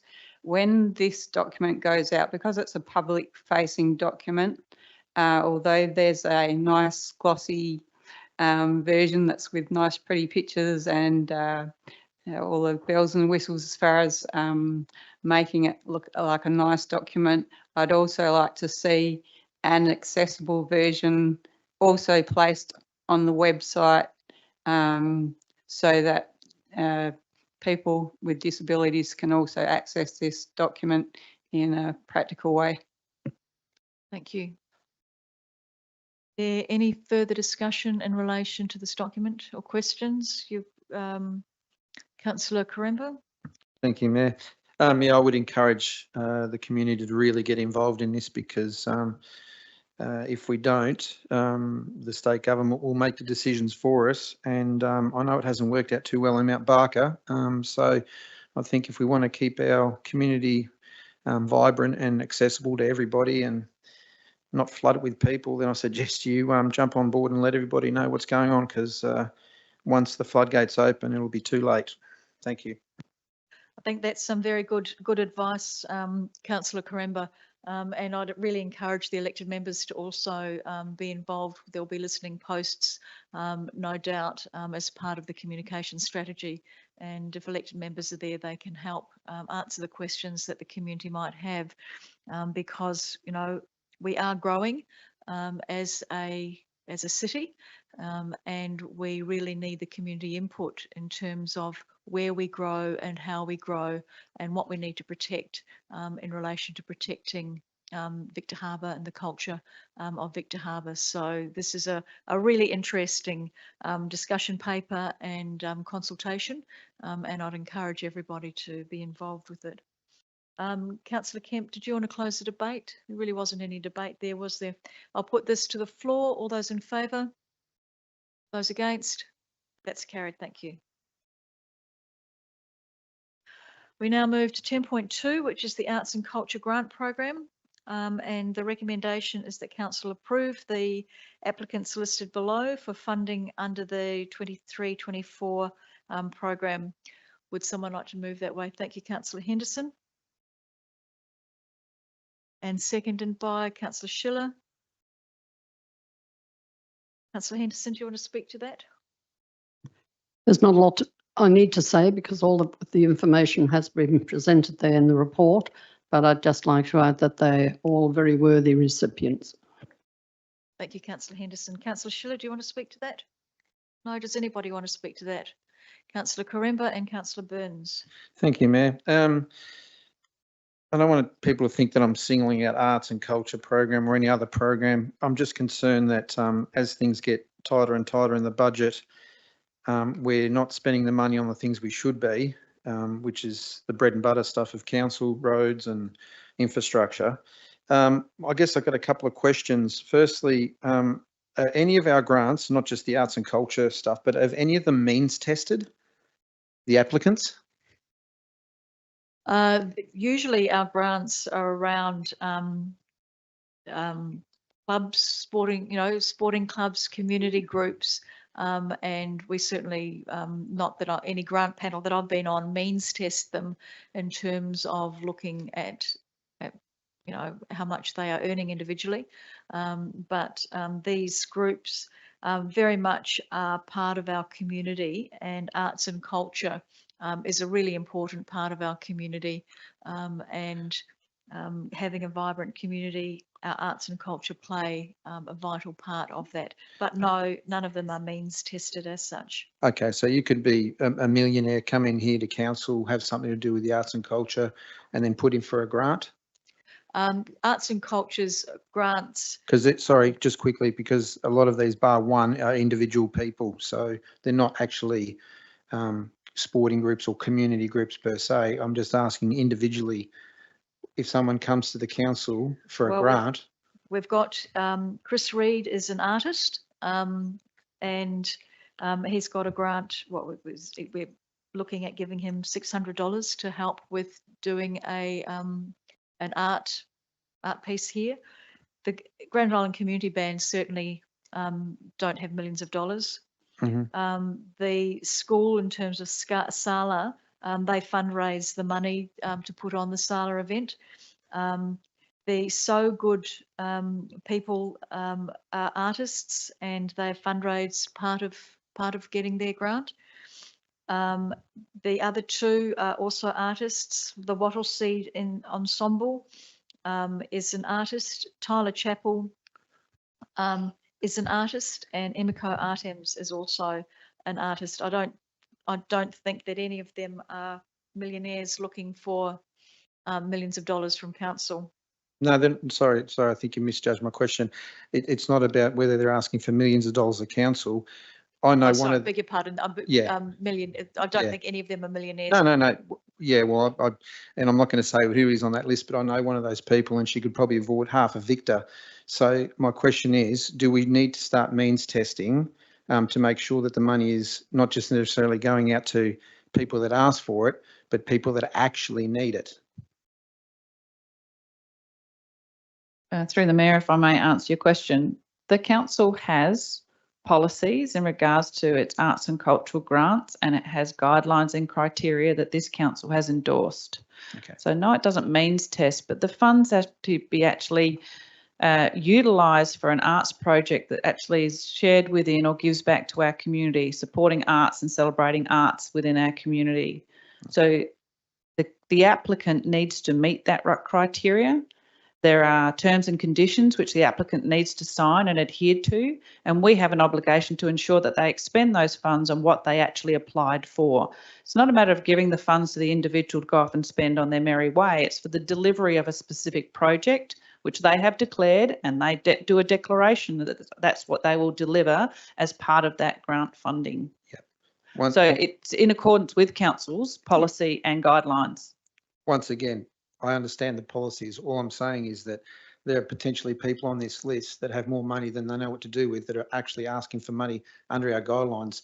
I guess maybe we need to refer or go back to those guidelines and introduce something as such as means tests. My other question that I had was, is there any requirement for people that come to ask for money actually be residents and ratepayers of Victor Harbor, or can they be outside of the Victor Harbor area? Again, there are specific requirement guidelines that the grant funding is for applicants who are either live in, reside, or have a community organisation that is within the City of Victor Harbor. They are for community and residents and ratepayers within the City of Victor Harbor. That's what the grant program is around, stimulation of all the different grants. You'll see in the next report item, which is a review of your grants program, because you have an array of different grants available to our community, and ensuring that they are provided to support those activities and those groups and those individuals and those clubs to actually deliver things within our community. Okay, wonderful. Thank you. Councillor Burns. Thank you. I am very supportive of the council's grant program. I think it really helps communities. Arts and culture, I also a strong supporter of, as long as the sporting grants. But my preference would be that I'd love to see a cap of up to $1,000, because that would allow more people to apply, and a majority of them are actually under $1,000. I just have concerns that a couple of them, and I understand the events and so forth they're doing are expensive, but it goes back to probably what the Mayor was saying. A lot of groups also fundraise, so council should be contributing, but not be the major funder of programs. And I think if we had a ceiling of $1,000, we'd potentially be able to provide grants to more people within the community. Thank you. And we will be looking at reviewing our grant program, the next item. Is there any further discussion in relation to this? Councillor Henderson, do you want to close the debate? No. In that case, I'll put the recommendation to the council. All those in favour? Those against? That's carried. Thank you. 10.3, the City of Victor Harbor Grant Program Review. So the recommendation is that,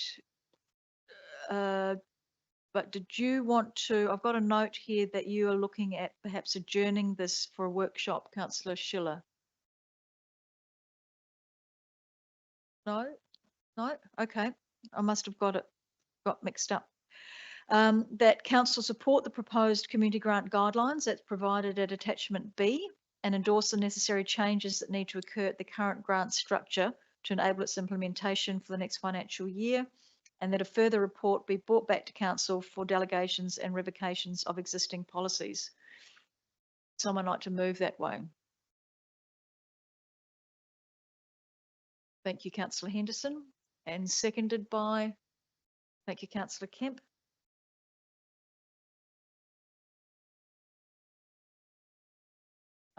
Do you want to speak to this, Councillor Henderson? No. Councillor Kemp? No.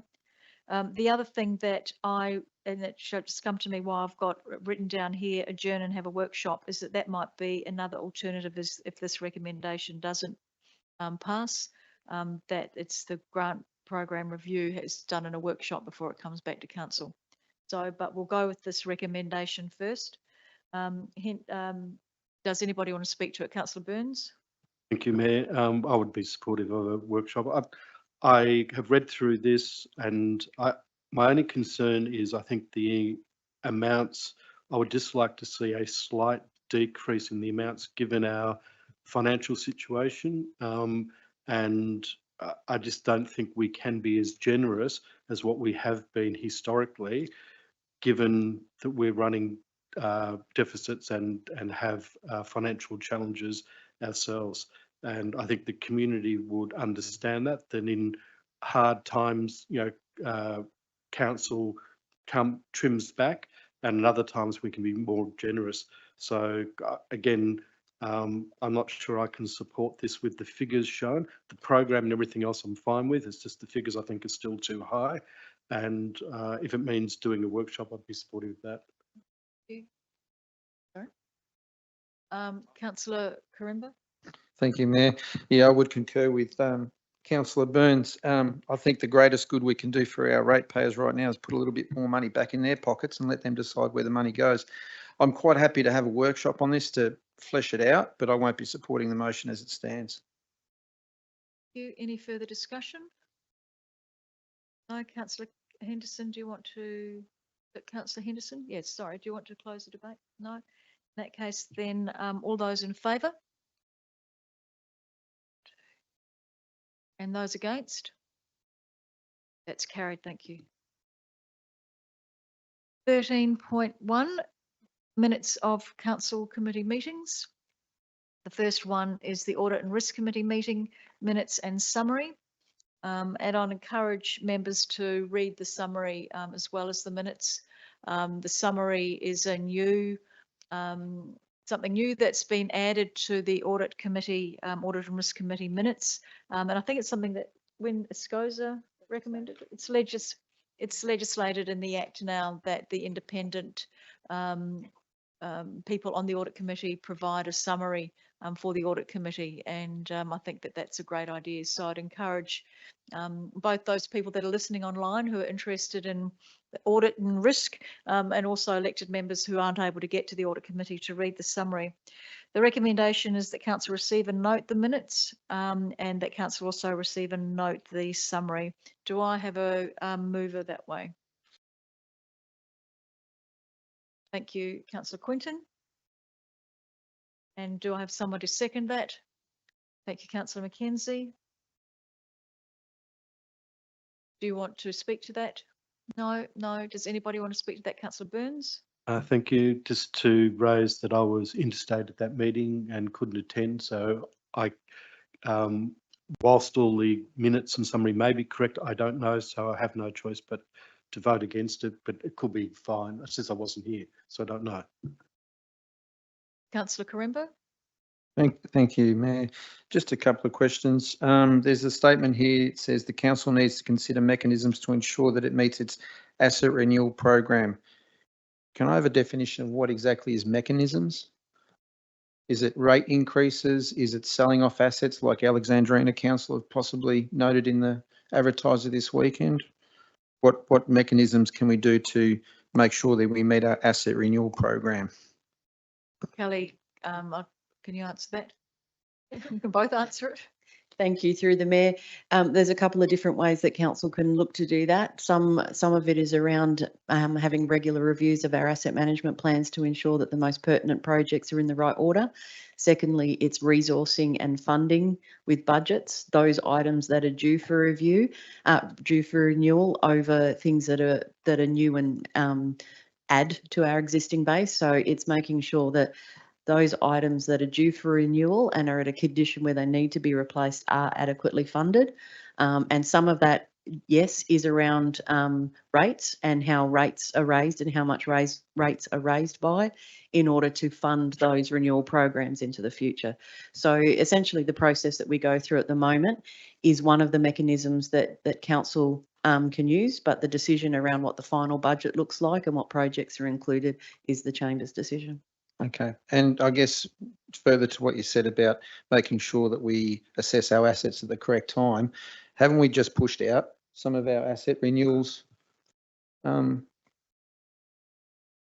So that were actually due for asset renewal, or like for an assessment? So through the Mayor, so yes, each year, each time we look at the budget preparation, the projects within the asset management plan are included in the first draft in a listing to say these are all the projects, and then any projects that have been identified since the asset management plans were endorsed are included. And then it's a discussion around the risks associated with those particular projects and council's priorities. So there is always the ability for the Chamber to decide to do something totally different to what's in the plans, depending on the need, risk and identification of other items. Excuse me, but essentially what we need to make sure is that those assets don't get deferred to a point where there is a big backlog and that we actually can't keep up with that.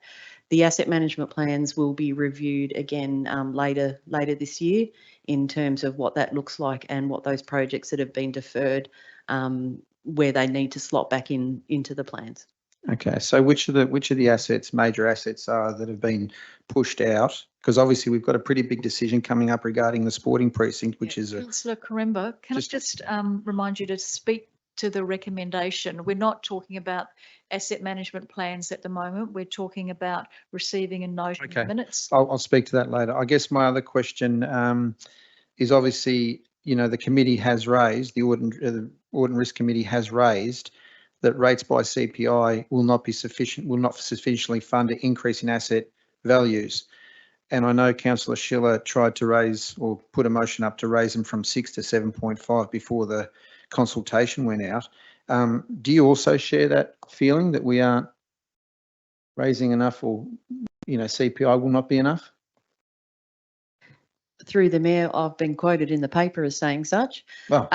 But in terms of rates, the principal issues with the revaluations is around unit rates and what that looks like in a post-COVID environment. We have seen significant issues well above increases well above CPI for construction and construction materials. So it is definitely something that is impacting a lot of councils. Fortunately, we have quite a robust and regular revaluation program, and we have stuck to that over a number of years. So that sort of minimises the increase to depreciation surprises, I guess, in terms of what that looks like. So as long as we can keep to those revaluation cycles and continue to review what CPI looks like in terms of comparison with construction costs, which aren't generally in the normal trolley for the everyday consumer. It sits outside of that. So council needs to be mindful that CPI is not always the best indicator of what expenses have gone up by. Just one last question regarding that trolley you talk about. When you're renewing assets or assessing them, there's actually a unit cost, isn't there, that you address? How is that unit cost set so that we know that it's correct moving forward? So through the Mayor, so the unit rates essentially, we do a two-phase revaluation where the unit rates and condition ratings would be identified by staff initially, but we, in most cases, will go out to a third party to review those rates. And generally they would be used using something like Rawlinson's or other industry benchmarks to ascertain what that looks like. There's also usually a comparison done between what that looks like in terms of the most recent thing we have constructed that matches the item that's being revalued. So there's a number of different checks and balances that it goes through, and the auditors also look at the methodology applied and the increases with the revaluation report before they sign off. Are there any further questions? Councillor Kemp? Yes. Yes, I'm speaking. I'll just clarity first. Are we just on block these recommendations? that we receive and note the minutes and the Yeah, meeting okay. summary? Yes, Good, it thank is. you. In the summary, which is a good concept that's come out of government, there's 5 key areas that the summary is about for 6th of May 24. Virtually 4 of them are very good reports. The 5th one, half of it's very good because the committee had discussed the 24-25 annual business plan and are comfortable with that there is going to be a large deficit. So they're pretty good that way. Some of the issues they do have, and this is mainly towards the elected members, that the committee feels that it hasn't received enough information to provide a recommendation regarding the sports recreation precinct and future financial implications. Whilst the committee has received the draft residential report, the committee is not privy to the same level of information as the council members, and that's not the council members' fault, but just be aware of that. We need to get information out. There was also discussions regarding the potential for raising rates for an asset that is subject to further negotiations and lease agreements. Administration advised that council members were keen to see the precinct in the plan, so to actively gauge the community view. And the last comment contrasting this, the committee was concerned that raising rates either at or below CPI would lead to financial unstability, with funding unable to meet increasing asset costs and renewal programs. So we need to, when we make decisions about our budgets coming up, we need to take into account some of these issues that the Audit and Risk Committee makes, their recommendations to council, not so much recommendations, they make information provided. So it's great that we have this summary now that we can look at and get some information from it. And it's great. I mean, we've got I think the Audit Committee are looking at coming here on the 3rd of June to talk with the elected members. And so during that workshop that we have with the Audit Committee, we'll be able to exchange some information that they may not necessarily have. Is there any further discussion in relation to those minutes and summary? Councillor Quinton, do you want to close the debate? No, I'll put it to the floor. All those in favour? Those against? That's carried. Thank you. The Southern Communities Transport Scheme Advisory Committee, and the recommendation is that council receive and note those minutes. Do I have a mover for that? Thank you, Councillor Burns, and seconded Councillor Henderson.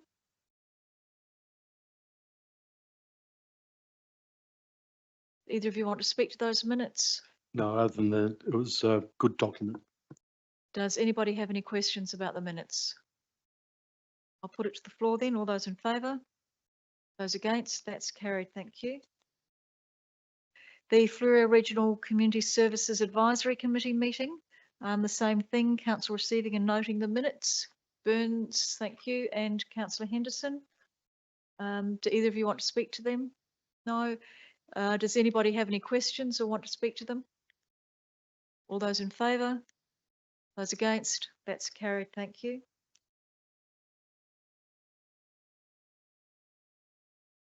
The subsidiaries and representative reports. The first one is the Fleurieu Regional Waste Authority's draft business plan, long-term financial plan and budget. Would someone like to move that way? Thank you, Councillor Kemp. And seconding that. Thank you, Councillor Mackenzie. Do you want to speak to that, Councillor Kemp?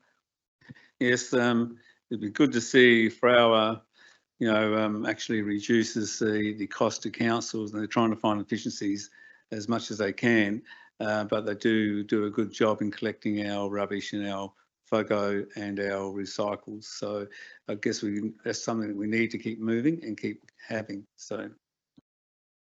Thank you. Councillor Mackenzie, do you want to speak to this? No. Does anybody want to speak? Councillor Burns. Just a question. I was pleased to see some reductions, or at least some no substantial changes, which was good for a change. I was just a little concerned about the asbestos contaminated material project. I understand the council contribution, but I was just a bit worried, having read the article and saw on Channel 9 about the class action potential. I'm not sure what impact that might have. That's not part of the recommendation, and all of those matters need to be referred to Fleurieu. Okay. Thank you. Any further discussion? Put that to the floor. All those in favour? Those against? That's carried. Thank you.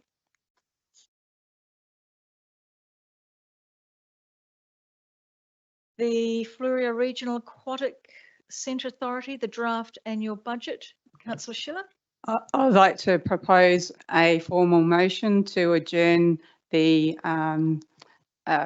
budget until the June meetings, as the FRACA board has some new information that they need to take into account. And so I would like to adjourn that till next meeting. So if you could write that up in a more legible way. Certainly. Do I have a seconder for adjourning the motion until June? Thank you, Councillor Henderson. Councillor Schiller, do you want to speak further to your motion? No, Councillor Henderson, do you want to speak? There's no debate. And you've got me confused now, Victoria. It's a formal motion, so there isn't any debate on it. No, we go straight into voting. All those in favour? Those against? That's carried. Thank you.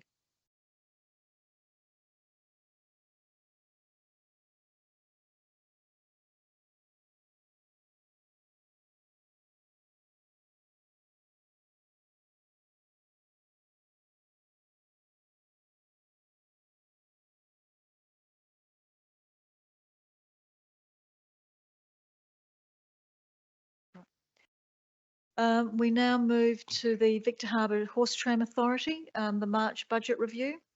And the recommendation is that Council approve the March budget review detailing an unchanged contribution from Council. Would someone like to move that way? Councillor McKenzie? And seconding by? Thank you, Councillor Henderson.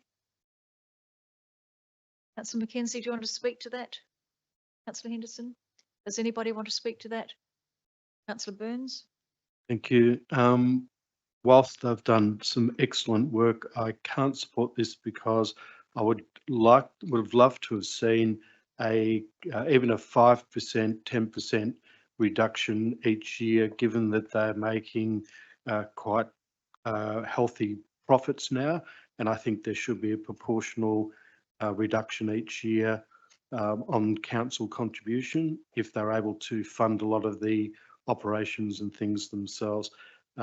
It's different if they were still struggling, but and I'm not wanting to necessarily penalise them, but I think again it's a balancing act, and given our financial situation, I think there should be a slight reduction in a lot of the monies we give to authorities.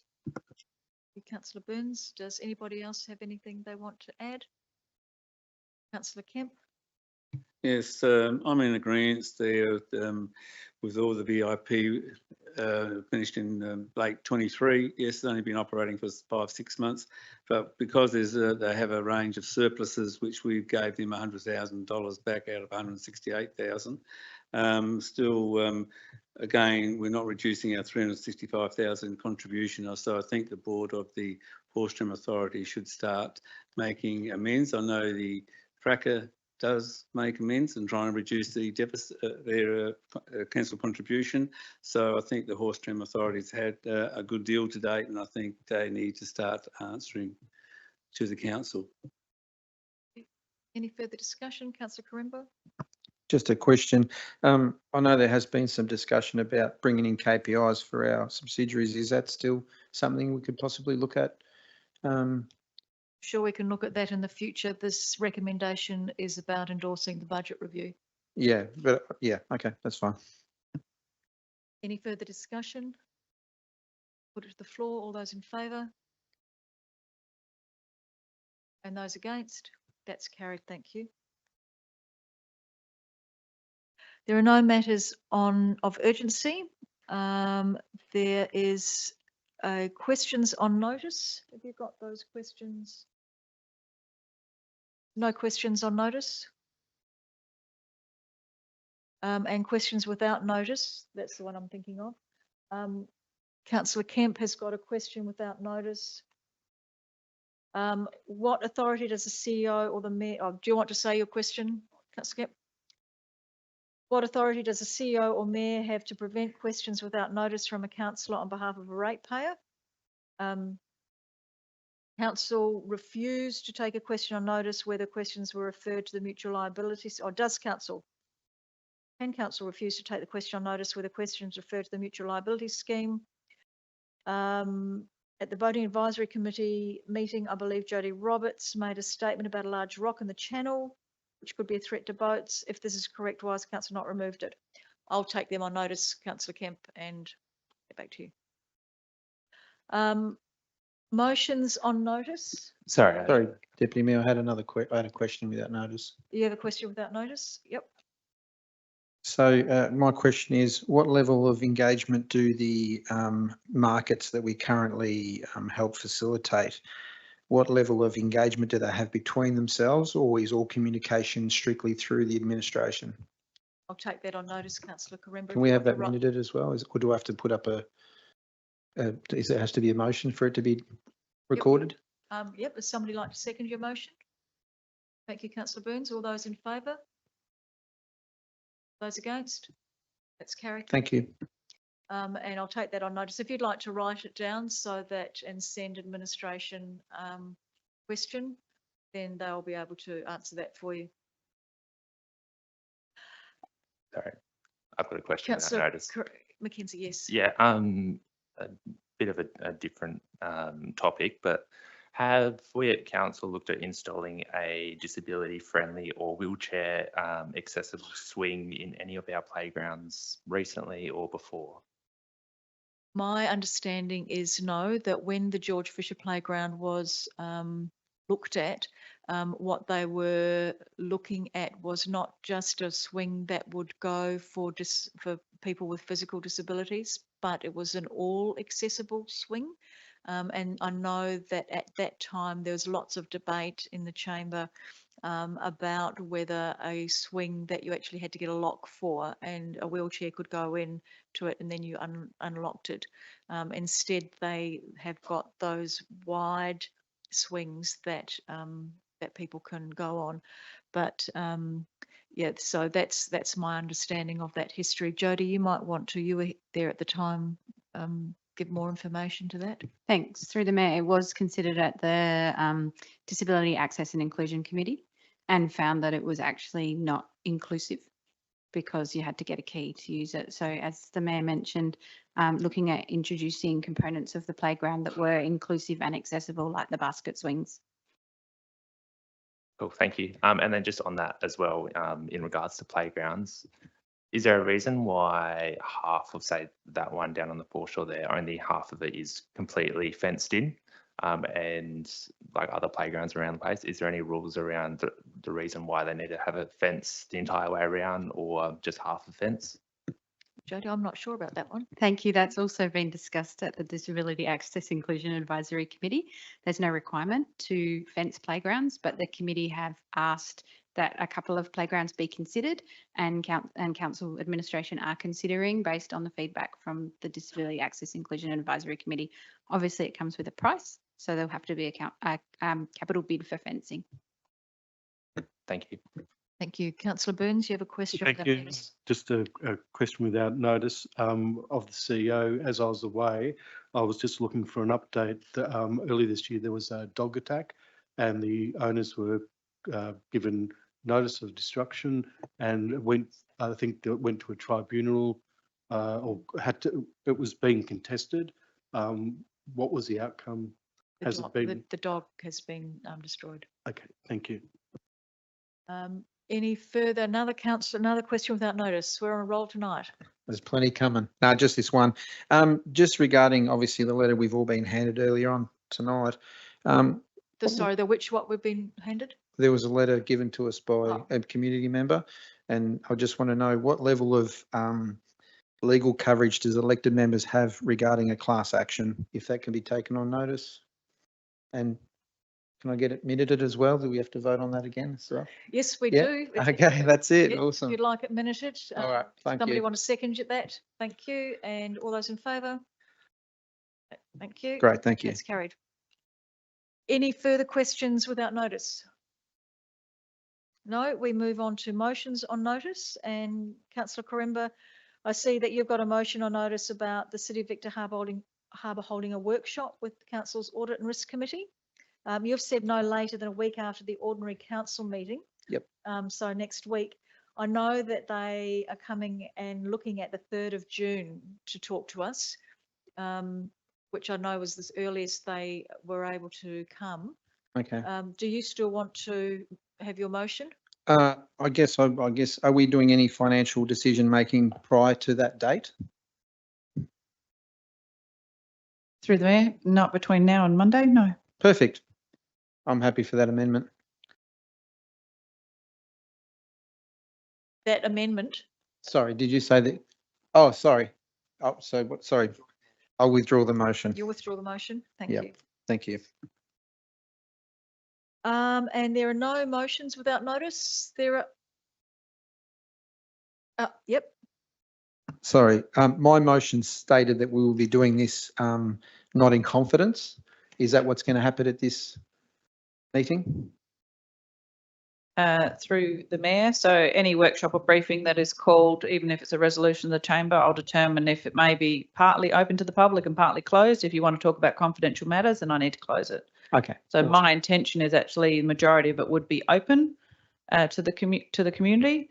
And then if you want to talk about particular confidential matters of a financial nature, then we would close it to have that discussion with the independent audit committee. Wonderful. Present. Thank you. Are there any motions without notice? No. Going once, going twice? All right. You're putting up your hand. You Yeah, want I to am. notice? I am, just in terms of Councillor Quaremba's motion on notice, which he's requested that we hold an additional audit, bring the audit committee members here. There is a cost of bringing their independent audit committee members. So part of that resolution, we had an additional recommendation that council approves an additional expenditure of $1,150 for the sitting fees for our to enable the session. So we should probably do that because it involves money. You happy to move that way, councillor Schiller? Happy to second that, councillor Burns? Do either of you want to speak to that? No. I just think it's an important exercise for the committee and the members to air out and discuss everything possible before we finalise the budget and a lot of major project decisions. So I think it's a good idea. It's worth the small amount, really. All those in favour? Oh, sorry, councillor Quaremba. I was just going to say, yeah, I think it's not only just for the elected members and the audit committee, but I think it's really important that the community at large see that we're actually being open and transparent and consulting with our statutory bodies to make sure that we are making the right decisions on their behalf. Thank you. Thank you. Councillor Henderson. I'll not be supporting this purely on the budget implication, especially given the comments around spending tonight. I can't support this. There any further discussion? To the floor, all those in favour? Those against? That's carried. Can I just say? Sorry, can I call a division? You can. All those in favour? Councillor Mackenzie, Councillor Burns, Councillor Quaremba and Councillor Kemp and Councillor Schiller. And against is Councillor Quinton and Councillor Henderson. That motion's carried. Can I just say that in relation to the audit committee, I would really encourage elected members to come to the committee meetings. I certainly try and go. I know Councillor Quaremba often goes as well. But the meetings, even the presiding member, who's one of the independents, there are 3 independent audit experts and risk experts on the committee. And they are more than happy for elected members to ask questions, even if you're not part of the committee. So, you know, if you've got a question or you're able to go, if you can zoom in on it if you are interested as a council member, and you can ask a question of the audit committee as well. They are more than happy for you to do that. So I would encourage that. It's not very often that we see many elected members there. but it's an important meeting. It's an important committee for this council, especially given the advice that they provide, which is very expert advice, and the financial times that we live in. Thank you very much, everyone. Oh, there were no motions without notice, were there? And there are no confidential items. Thank you very much. That was a great meeting and lots of good debate. So I look forward to seeing you next month.